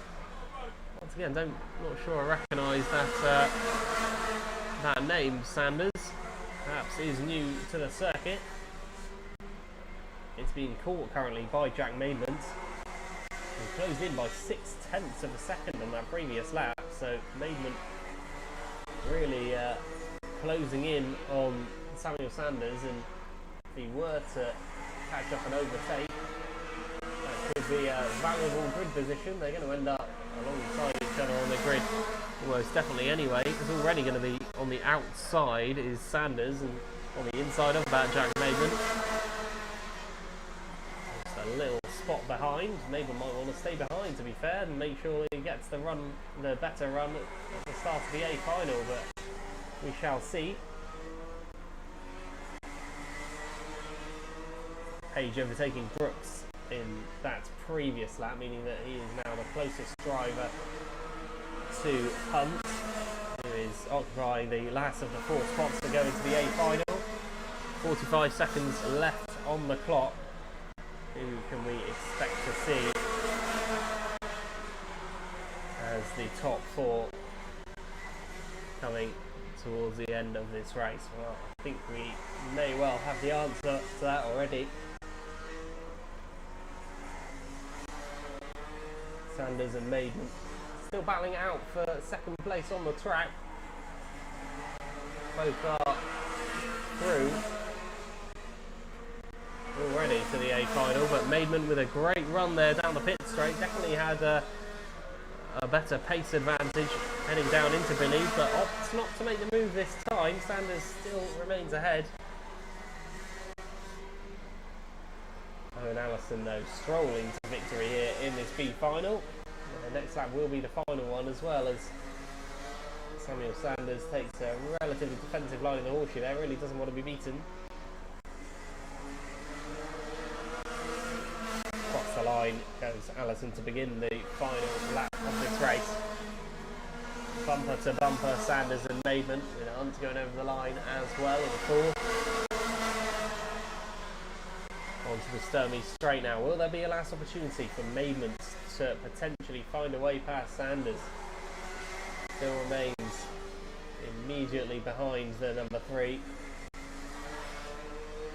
Can't seem to find a way through, but a dominant drive from start to finish for Owen Allison, who books his place in the A final, as to these 2 drivers crossing their lane now. And in fact, I think Maidment did get the better in the end. And did manage to finish in 2nd position. Just get confirmation of that very shortly. Derek Hunt definitely finished in 4th. There we go. Maidment did beat Sanders to the line right at the end. So a tense finale, and Maidment will start just ahead of that of Sanders on the final lap.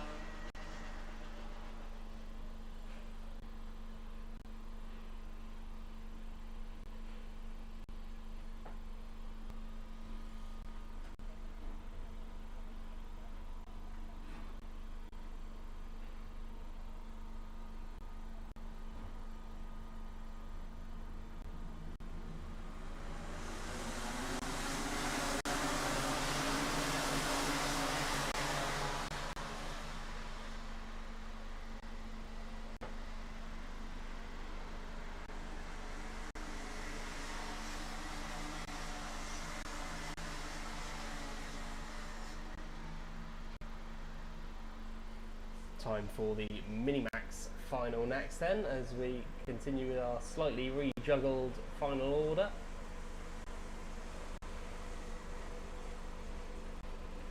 Who will come out on top of this particular battle. Minimax shifted up a couple of finals. Hopefully they aren't ill prepared for the events ahead.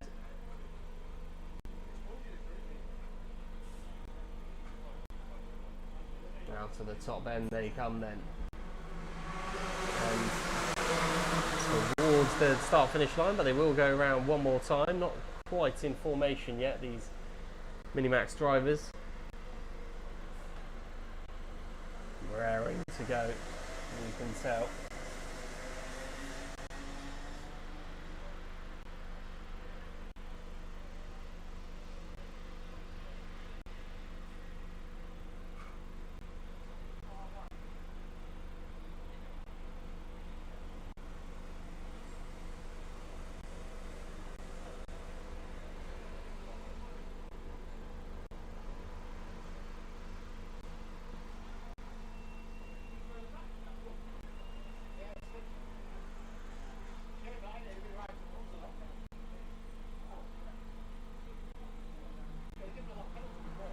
Have the opportunity to start the race this time by, I believe we will.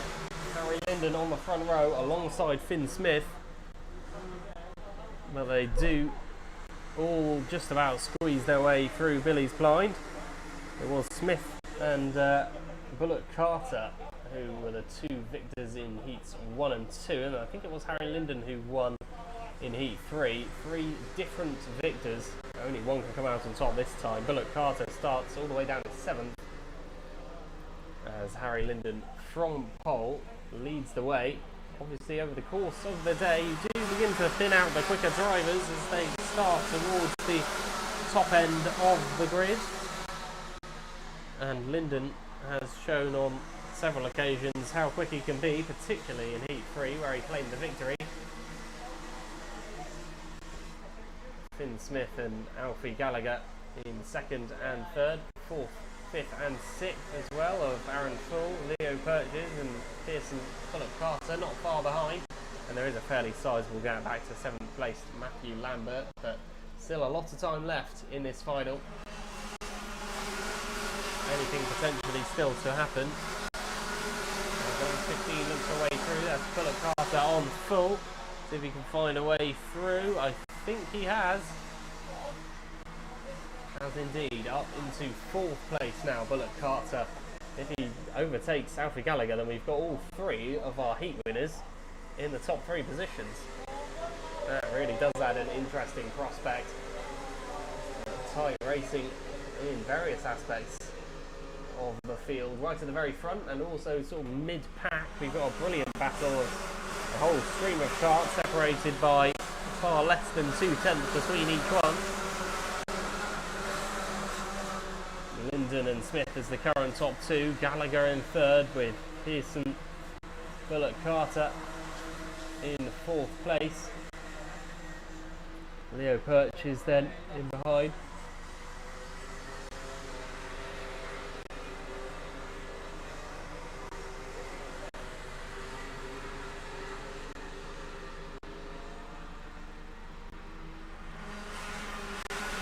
Across the line we go then with Linden, Smith, Gallagher, Bullock Carter. Perch is now ahead of Full as well, so Full falling a little bit further down the order. Mason Perrin up to 7th with Matthew Lambert in 8th, 9th Lucas Hayden and 10th currently Billy Edgecombe. And they are beginning to disperse a little bit more in the battle for the lead. It is looking very good for Harry Linden at the moment, but Finn Smith showed so much pace in heat 1 that he would be impossible to dismiss.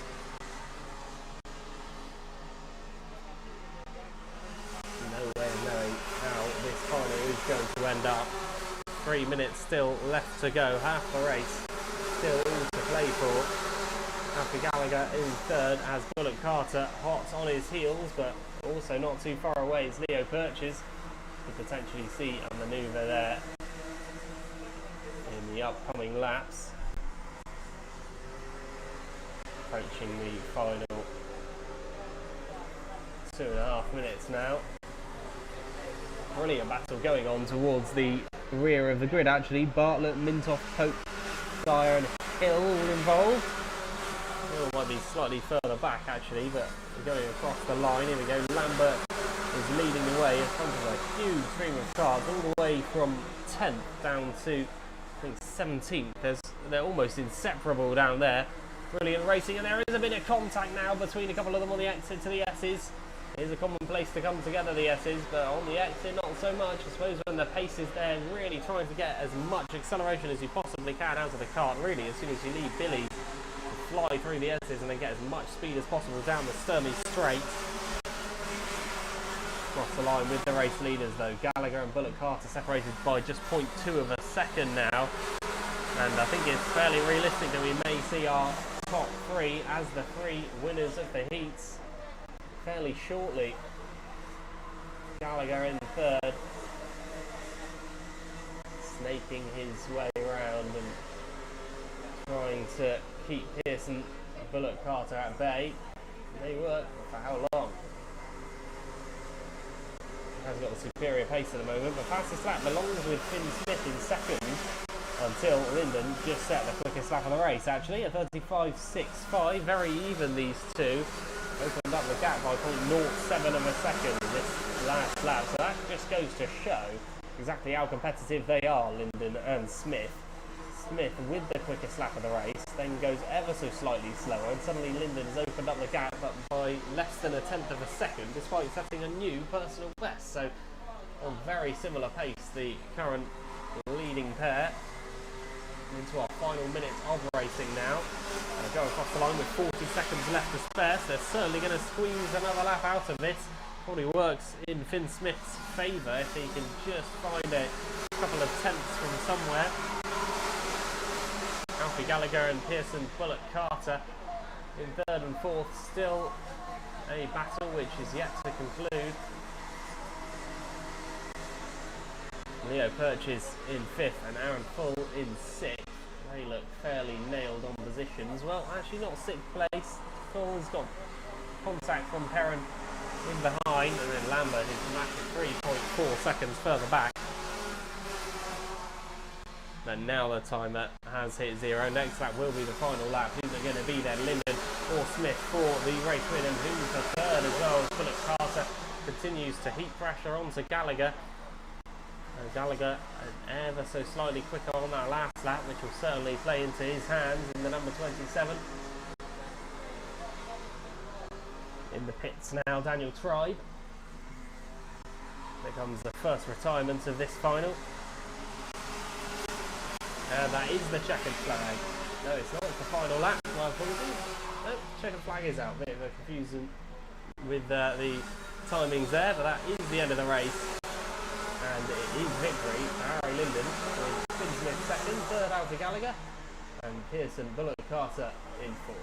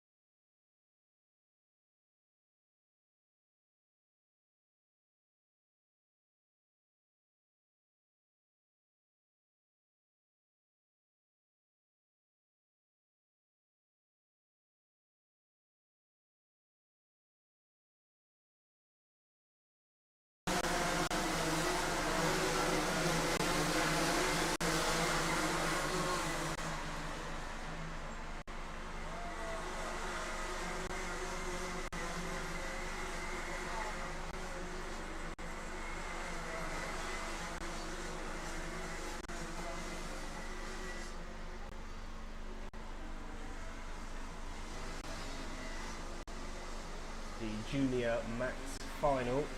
It looks to be the next one taking to the track then. And one of the three classes where they had 4 heats today, but all drivers combined for this final. Sure, it'll be a thoroughly entertaining race. A huge amount of drivers taking to the track. There's Alex Hughes alongside Daniel Armstrong on the front row. 5 minutes and 50 seconds remaining on the clock of these shortened 6-minute finals. Sure, there's a lot of entertainment to come from the Junior Max. The 26 of them that have taken to the track for this final. Of course, we have had a couple of competitors along the way dropping out, but number 53 is collected there. That's the number 22 who came into contact with him. Best start for either of those two drivers. Alex Hughes and Matthew Higgins as the current leading pair. Daniel Armstrong in third, fourth Harrison Collins, and fifth Harry Reynolds. That was at the end of the previous lap. Let's see what will happen this time, because these front few drivers look very competitive and very keen not to give anything away to their counterpart competitors. Out of the top end come the leaders. Alex Hughes, I believe, is still leading the way. No, he has actually dropped back behind. No, it is Hughes who leads the way up, and with Higgins behind, Collins in third, fourth Daniel Armstrong, fifth Harry Reynolds, with Callum Boyce in sixth, seventh Jordan Morris, William McIntyre eighth, ninth Jez Williams, 10th Jack Meakin, Nicole Sutherland, Kieran Kay, Chris Simpson, George Walker, Harrison Crook, Lincoln Bailey Arneson, Ollie Stevens, Jack Goring, Harry Rowett and Callum Davies as the rest of the top 20. And then Evie Poulan, Daniel Beards, Harry Maynard, Ethan Lomax as the rest of the drivers. And Travis Chapman just picks up a flag there. It's a mechanical flag, so we'll have to go into the pits. That's probably the end of Chapman's race, unfortunately. Comes to an early demise at the hands of the Junior Max Final. But Hughes leading Higgins, with Collins and Armstrong close in tow. Not too far away either are Harry Reynolds and Callum Boyce in a nearly 6-way battle for the lead, pretty much. With such a short amount of time as well. Whether the desperation will kick in a bit sooner, who knows? Alex Hughes will be pretty desperate to just make sure that he can hold on to this position now. Doesn't want to be holding up the pack behind him. They'll just end up bunching up, and then if one goes through, they all go through. But it's Daniel Armstrong who's the quickest, 34.71 set by the number 14.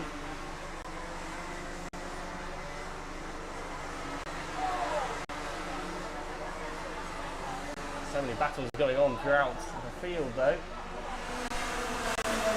Even further down the order, but we're having a look up the inside now. That's Higgins on Hughes once again. Having another look. I think Hughes has popped down the order somewhat. He has, but indeed, well, Collins still remains in third. Still observing what's going on just up the road, but I think Hughes has managed to reclaim the lead now. Over number 75, Hughes has dropped back, and it is Matthew Higgins who leads the way now with a little bit of time to play with as well. Alex Hughes dropping to third. Harrison Collins up to second. Across the line they go. Daniel Armstrong and Harry Reynolds and Callum Boyce also very close in fourth, fifth and sixth. So the best tactic now, work together, don't have too many squabbles, try to catch up to Matthew Higgins, otherwise he's going to have a massive margin before long, and it opens up even more because of an overtake made there by Collins. It pushes Hughes further down the order, and Collins had very briefly lost out to Hughes, but was resilient and didn't give up on that. Out to the top end once again, and entering the final couple of minutes of racing here with the Junior Max. Nearly 3 abreast, definitely 2 abreast, heading down into Billy's. Only ever going to work for the driver up the inside there. And I think it's a couple of drivers who are swamping Daniel Armstrong, who will go from 4th to 6th in a very short period of time. Higgins and Collins, though, as your current top 2. Alex Hughes did look like he was struggling a little bit for pace in comparison to those two, but Higgins with the quickest lap time, a 34.61. And there's a lot of times which are very close to that, 34.65 and a 34.66 set by both Collins and Poison respectively. A lot of quick drivers floating around the top six at the moment. The one position that really matters is being occupied by Matthew Higgins as things stand. Still got a tough 60 seconds or so ahead of him, plus the final lap of course. But at the moment, that gap does look promising. Collins and Hughes, are they far enough back that Higgins can begin to celebrate and begin to really consider winning this race, because at the moment exactly what he looks like he will be doing. Well, across the line at least one more time before the timer hits zero as well, so still a last few opportunities for Collins and Hughes to potentially launch their final attacks at Higgins. Has dropped off a little bit more as well. Harry Reynolds, Callum Boyson and Daniel Armstrong with a fair pace off of second and third. Collins and Hughes, who both look pretty quick. Collins probably the quicker of the two, but I say that Hughes has caught up once again, as he did on the previous lap, to Collins. Now the timer does hit zero. Next lap will be the final one. Who's it going to be in the closing stages? Matthew Higgins in this class. One in Heat 3. Would love to add the total number of wins in the final. Approaching the last lap board now, which is shown to Matthew Higgins. Collins and Hughes in second and third. Is there going to be a switch between those two? Hughes right on the back of Collins now, heading down the Sturmey straight for the final time. Positions himself intelligently. Collins there, making sure there is no way through for Hughes, and into the horseshoe once again, a defensive line. He just can't get that wide now, otherwise Hughes would have gobbled that opportunity up. I don't think he's going to concede that. This does just mean it's an even bigger victory for Higgins, who's going to take the win in the number 75 and does beat Collins and Hughes to the end. Harry Reynolds in fourth, fifth goes Daniel Armstrong, who overtook Callum Boyson on the last lap. William McIntyre seventh, eighth Jez Williams ninth, Jordan Morris with Kieran Kay rounding out the top 10. Chris Simpson 11th, 12th, Ollie Stevens, Jack Goring in 13th, 14th, Lincoln Bailey Arneson with Harry Rowett, Evie Paulan, Daniel Beard, Callum Davies, Ethan Lomax and Harry Maynard as the rest of the top 20 in your final order of the Junior Max Final.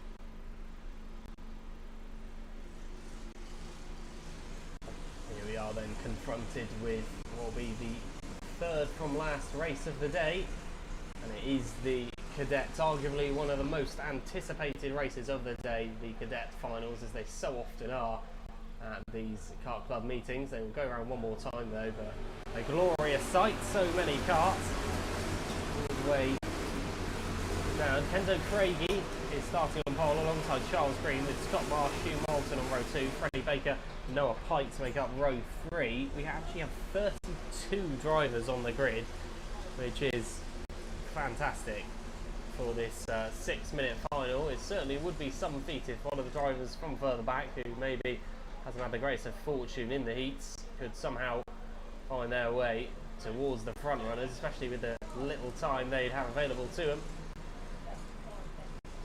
Kenzo Craigie, having accumulated 87 points over a possible 90 from the three he was involved in, finishing first and fourth. Brilliant effort. Now, across the line we go to get the Honda Cadet Final underway.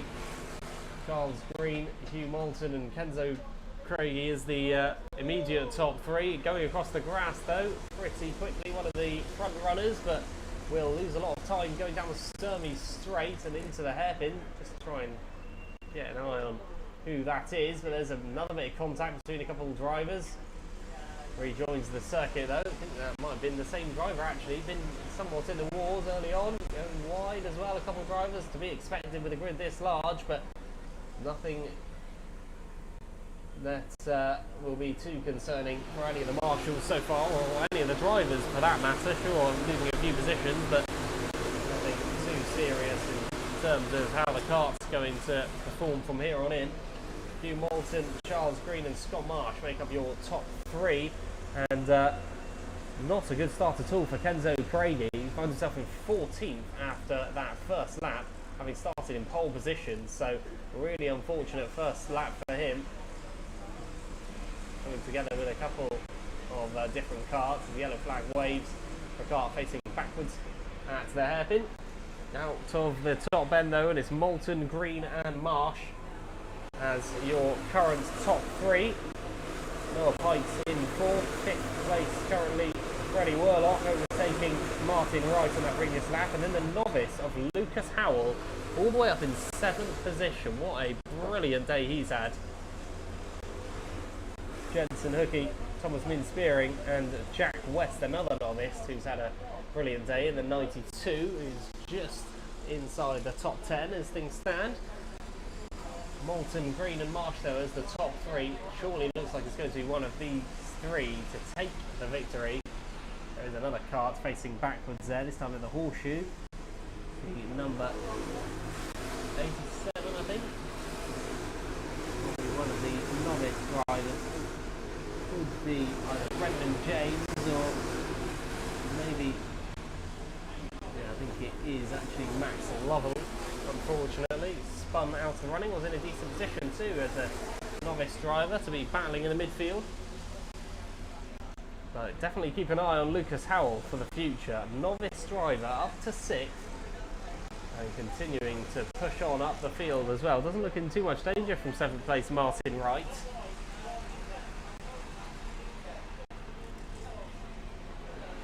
Top three of Moulton, Green and Marsh racing together, bumper to bumper. Into the S's now, and the Sturmey straight once more. Hugh Moulton leading the way ahead of Charles Green with Scott Marsh. There's almost nothing to separate those three as things stand. Then we've got a gap of 2.13 seconds back to Freddie Worlock and Noah Pike's in 4th and 5th. Pike's just trying to offer a little bit of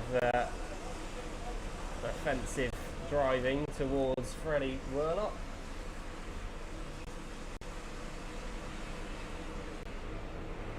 Each driver's gaining a lot of positions further down the order as well, as Harrison Whitcomb and Ernie Overton gain combined 7 positions and find themselves at 18th and 19th now. Drivers climbing several positions per lap still, as we've got some drivers who are on some pretty decent pace a bit further down the order. Just over 2 minutes remain. Yellow flags waving for An incident at Billy's. There's a spinner facing the wrong way, but in good view of the racers who are approaching that latter segment of the tricky first corner. All able to avoid him without too much stress. Moulton continues to lead though. Green and Marsh, there won't be any overtaking at Billy's this time. A little bit of a nudge there from Marsh on Moulton. Are allowed to overtake now. Will they opt for it, heading down towards the hairpin? It does look like he's going to have a go. Scott Marsh up the inside at the hairpin. Does look like that's a change for the race lead as Stu Moulton tries to find a way immediately to respond, which he does. And at the horseshoe, instantly reclaims the lead again, but keep an eye on Charles Green, who's sticking on the outside. He's going to have to back out of that one though. We're exactly as we were with the top three. Out of the top end we come, heading back down towards the start-finish line. But that was a bit of a teaser perhaps of what is to come in these final few laps between Green, Marsh and Moulton. And has the inside now, very tight squeeze into the S's, but a brilliant manoeuvre from Charles Green to get himself into the race lead. Now it's Scott Marsh in second place. He's going to dive up the inside, and surely Moulton's going to follow through as well. That lead only lasted the Sturmey straight from a Charles Green perspective, and now it's back into the race lead for Scott Marsh. Had a very, very small hold on the race lead earlier on in this lap, and once again has it now, holding it for a lot longer this time. But will Hugh Moulton be able to respond in the closing 30 seconds? Across the line, there you go. Moulton with the lead once more, but has the inside line. Scott Marsh will surely be able to respond. Once again, they're switching positions, and it's Green who retakes the lead. In fourth place, it's Freddie Worlock. And fifth is Noah Pikes. This battle between those top three is enabling those drivers to catch up and offer some pressure onto those drivers, but it still was a really good tight-knit racing as Green retakes the lead. It remains Hugh Moulton in second and Charles Green in third, exactly as we were at the start of this lap. Green at the front, Hugh Moulton in second. Across the line we go. Freddie Worlock on points. Actually, Marsh has dropped all the way down to fifth place. I didn't see when that happened, but Moulton is going to have a late dive on the inside. I'm glad he didn't. That certainly would have resulted in a collision. But the number 82 of Freddie Worlock is up into second place now as Green defends the inside line of the last lap of this Cadet Final. Who's it going to be for the victory of this race? Into the horseshoe for the final time. Defensive driving by Green. He's going to try and stick it on the inside for Buttons. Is he Worlock? No, he's going to switch to the inside now. Still got Hugh Moulton for company. Going to try and go up the inside. Is he at the top bend? But it is still Green who occupies that position at the moment. Coming out of the final bend, Worlock. He's alongside him. Who's it going to be across the line? Can't really tell, but it is a photo finish for the cadets. I think I'll just have to confirm on the timings yet, which hasn't quite updated. I think Green was just about able to hold on to it and win the race here. Yes, he does. Charles Green beating Freddie Worlock to the line by 0.03 of a second. Hugh Moulton in third, fourth Scott Marsh, Noah Pikes in fifth. Sixth goes to Lucas Howell, the novice. What a drive from him. Kenzo Craigie managed to reclaim up to seventh position. Thomas Min Spearing in eighth, ninth Jack West, and Jason Hookey in 10th position. But Charles Green wins in the number 77 with a photo finish.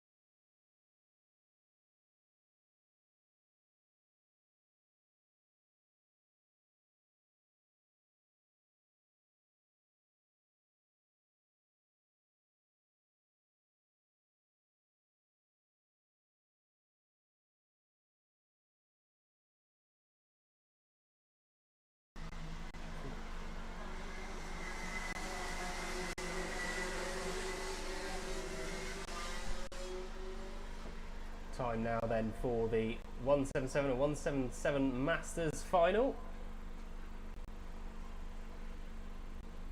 Haynes starting alongside Milner on the front row. Definitely looks like a fairly reduced grid. We had 17 drivers drafted into the grid, but we certainly don't have that many coming into this final. 6 minutes of the 177 final to enjoy.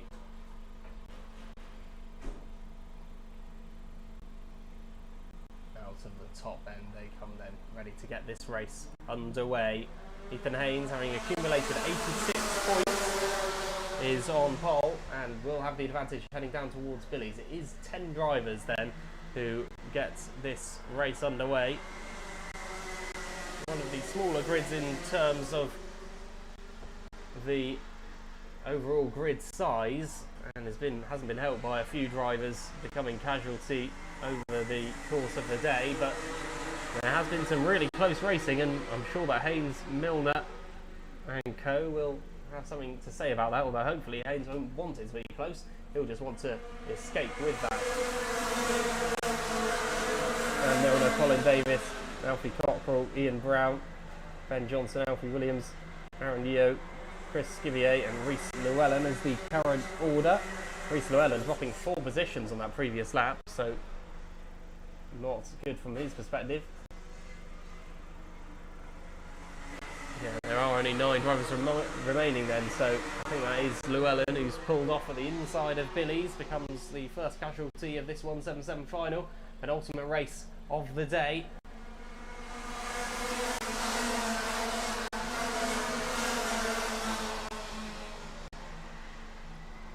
Ethan Haynes currently leading the race though, and as suspected he's trying to pull away. One of the quicker drivers in the early moments of this race has the quickest lap time set so far after just a couple of laps. Still a lot of time for that momentum to shift, of course, but Milner, Davis and Cockrell look the 3 drivers most likely to challenge Haynes for the first place trophy. Across the line we go again. Colin Davis has now overtaken Milner and Cockrell.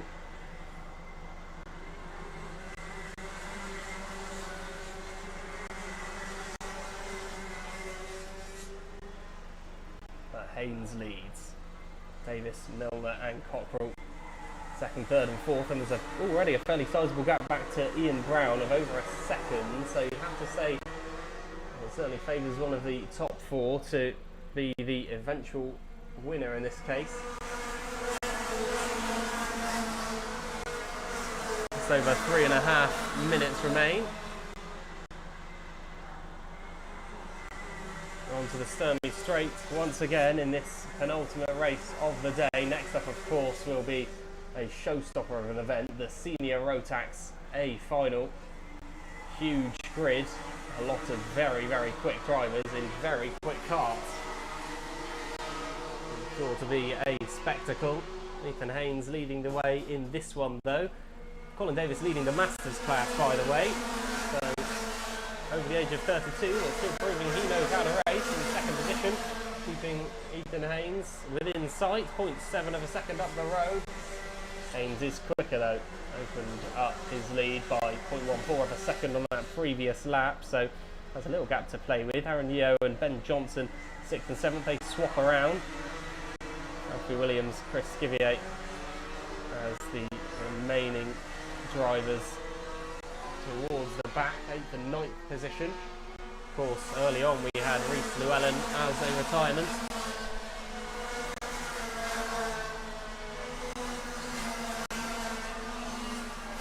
Skivier though, gaining a couple of positions in that previous lap. A good in-form lap by him to get into 7th place, climbing up a couple of positions there. There's just over a couple of minutes left on the clock of this 177 and 177 Masters Final. I'll be hoping for a longer final next month, and I'm sure they'll probably be able to get it. But you don't get racing in much better weather than this. Into the S's once more, Ethan Haynes. the race lead at the moment, coming off the back of some decent results. I think he was the winner in Heat 3, although I'm not 100% sure. I didn't write that one down actually. It was Ayers and Granfield who finished in the top 3 in the first heat, and neither of whom are involved this time. Only Davis from that podium, who finished second. He's second here. Still going. Have had quite a few casualties over the course of today. Entering and approaching the final 60 seconds now. Ethan Haynes out of the horseshoe, through buttons and into the top end then. Haynes leading the way comfortably so at the moment. It's going to have to be a real spanner in the works if there's going to be anything but an Ethan Haynes victory here, you suspect.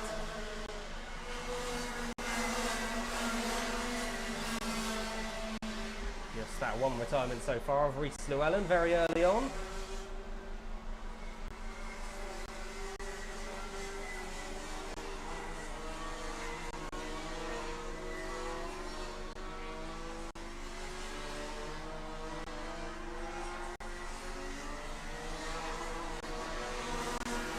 Cross the line then, Ethan Haynes. And with less than 10 seconds left on the clock, they will be going around one more time, but only a real disaster could prevent Haynes from winning this one. Davis and Milner second, third, fourth. Alfie Cockrell as well has to be considered odds on to get that position. And the first real battle is Ian Brown and Aaron Yeo in fifth and sixth. That's yet to be concluded. It's currently Brown who occupies that position, but Yeo giving him a good little challenge. Across the line to begin the final lap now, and the final half mile of racing here at Clay Pigeon Raceway for the 177s. Final lap as Ethan Haynes leading the way, and surely it's a victory lap towards claiming maximum points, contributing towards the very interrupted 2020 championship calendar.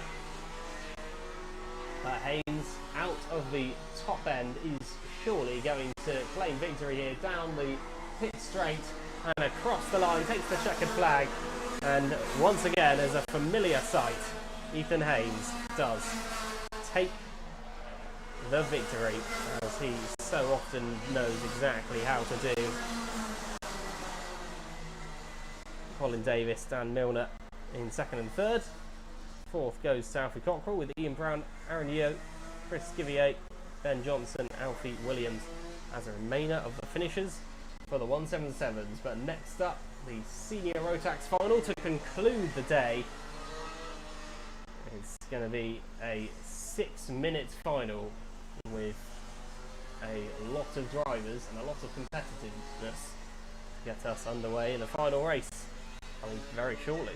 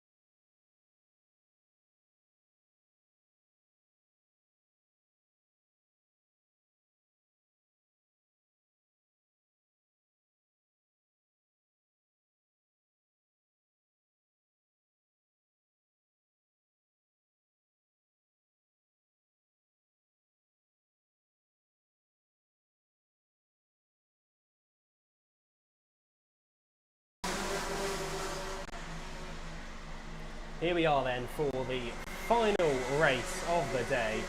The absolutely massive grid that is the Senior Rotax Final. Charlie Turner will start on pole with Lewis Halliday alongside Tom Edmonds and William Ellswood on row 2. We have 30 drivers all together on the grid. James Moorcroft and Teddy Clinton start together on row 3. Ryan Taylor-Truman, Kai Hunter, Alex Bentley and Archie Brown make up your top 10 on the grid. Final race of round 6 of the Clay Pigeon Kart Club calendar is about to get underway with the Senior Rotax. 6 minutes on the clock. And it's a bit of early contact there for a couple of the drivers. One driver goes spinning across Billy's, but looks like everyone's managed to avoid them, thankfully. Some good evasive manoeuvres from several of the drivers there. I think just about finding a way to evade the backwards facing, might have been number 30 perhaps, I'm not entirely sure. A few drivers here struggling early on. There's once again it's another frustrated figure. This time it's the number 93 of Frank Kai Nagelborg who's left disappointed. Tom Edmonds in second position. William Ellswood in third. Fourth, James Moorcroft with Charlie Turner in fifth. At the end of that first lap, already a top 4 beginning to separate off from the rest of the pack. Fifth place, Charlie Turner leading a large group of Senior Rotax drivers who really want to push their way into challenging the top 4. Just under 5 minutes remain of this final race of the day, and heading onto the Stirling Straight once again. Race leader Lewis Halliday has emerged the most triumphant after the first couple of laps. William Ellswood, Tom Edmonds and James Moorcroft are certainly not far away, but goes to show how competitive it was that pole sitter only had 77 points, so dropped a lot of points over the course of the heat. Still was able to collect the most points out of the rest of the pack. Into the S's then, that's a good manoeuvre, and into the race lead for the number 79 of William Ellswood. He overtakes Lewis Halliday, and Halliday lost several positions on the way because a lot of cars were able to follow him through. Sticks it on the inside there, William Ellswood. And I think it's Tom Edmonds who's up in second place now. I'm very certain that Lewis Halliday's lost several positions, but I'm sure he will come back. Pace-wise, there's so little to compare when it comes to these drivers. It is Ellswood, Edmonds, Moorcroft, Hunter and Halliday as your top 5, although you could honestly make a case for any really all the way down to about 10th place to be considered potential race winner candidates at this point. Not even halfway through this race, and we have got an eccentric atmosphere going out on the track. Ellswood currently leading the way with Tom Edmonds in second place. Who are each of the victors then? We've had Ellswood, Moorcroft and Paisley as victory for each of those 3 drivers, so Ellswood would be making 2 wins from 4, certainly a very respectable total in a grid of over 30 karts. Into the pits a couple of drivers, and Charlie Turner and Ben Page find themselves out of the running, unfortunately. Everyone else still running though, albeit from a few who are straggling behind the main pack. But focusing on Ellswood at the very front, with Tom Edmonds behind, James Moorcroft, Guy Hunter, Teddy Clinton and Tom Adams refusing to go away as top 6 drivers. So quick, the fastest lap time of 33.87, very quick from Reece Hunter, but we have seen quicker early on in the day, a 33.4 we had at one point. He's in 8th place, Reece Hunter, so we'll be looking to try and utilise that pace and turn it into a higher grid position. Out of the top end they come once again. Still, any of the top 10 could feasibly be within a shot of claiming one of the top 3 positions, really. Podium in circumstances like these would be nothing to to be ashamed about, that's for sure. William Ellswood still leading from Tom Edmonds. James Moorcroft a little bit further back now in the number 21. He's third ahead of Teddy Clinton, Kai Hunter and Tom Adams. And as we exit the final corner once again across the timing line, how much time is left on the clock? Just over 1 minute and 20 seconds. William Ellswood continues to lead. Tom Edmonds offering a lot of pressure though. Got to keep his nerve, Ellswood. Can't make a single mistake, and did just set a couple of laps ago, actually set the fastest lap of the race so far, 33.76. Blistering lap time from the current race leader as he opens up a bit of a gap back to Edmonds, always pointing the way of Ellswood at the moment, who won in Heat 1. That certainly went a long way to contributing towards his high grid position from which he's been able to achieve this current standing. Clinton, Hunter, and Hunter remain in 5th, 4th, 5th and 6th. Kai Hunter now right behind. Oh, it's Reese actually behind Kai Hunter. Close battle between those two. Won't want any bad blood there. But with just under 30 seconds left on the clock, we're going to come out of the top end and head down towards the timing line for the penultimate time. Across the line we go. And, well, the next time will be the penultimate time actually, heading into the last lap. There's a fairly big incident there as one of the drivers has slipped quite a way back. It's number 45, Teddy Clinton, losing several positions. I think there was a little bit of contact at Billy's. Nothing too drastic, but now driving defensively, William Ellswood in the closing stages of this race. Next lap will be the final one, heading down towards the final lap board where William Ellswood will take to the final lap in the race lead. Will he be there at the end though? That remains to be seen. Tom Edmonds is right behind. What will he be able to produce in this final lap? Surely it's going to be all hands to the defensive pump from a William Ellswood point of view. Sticks it on the inside, out the hairpin. He's got Edmonds all over his back now with Reese Hunter, who's had a brilliant drive. He's up into 3rd place, by the way. Also looking eagerly at the top two, but he's not quite going to have enough time. Heading towards the top bend now. Who's it going to be between Ellswood and Edmonds? It's surely going to be Ellswood. He's just about going to hold on to it and wins ahead of Edmonds there. What a tight finale between those two drivers.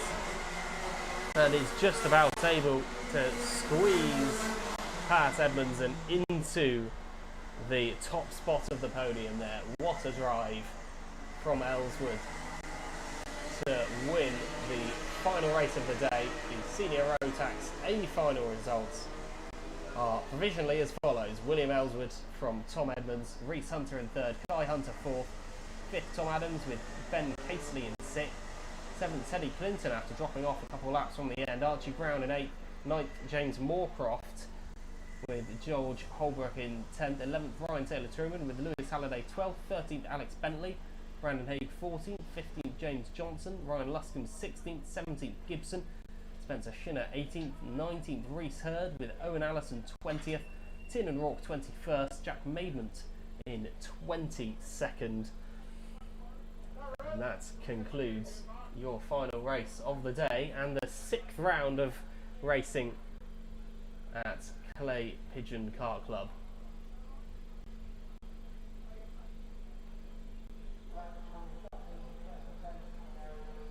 Thank you to those of you on the stream who have tuned in today. As always, we'd like to put on record our thanks for all the marshals and officials, as well as all teams, organisers, family and friends who come along to support the wonderful drivers who put on a fantastic display once again. The ambulance and medical team, as well as so many others who, without, we wouldn't be able to put these events on. Hope you've enjoyed the stream. We'll be back next month for the 7th round in August of the 2020 calendar. My name has been Sam Hunt. I've enjoyed commentating for you today. Hope to see you again soon. Take care.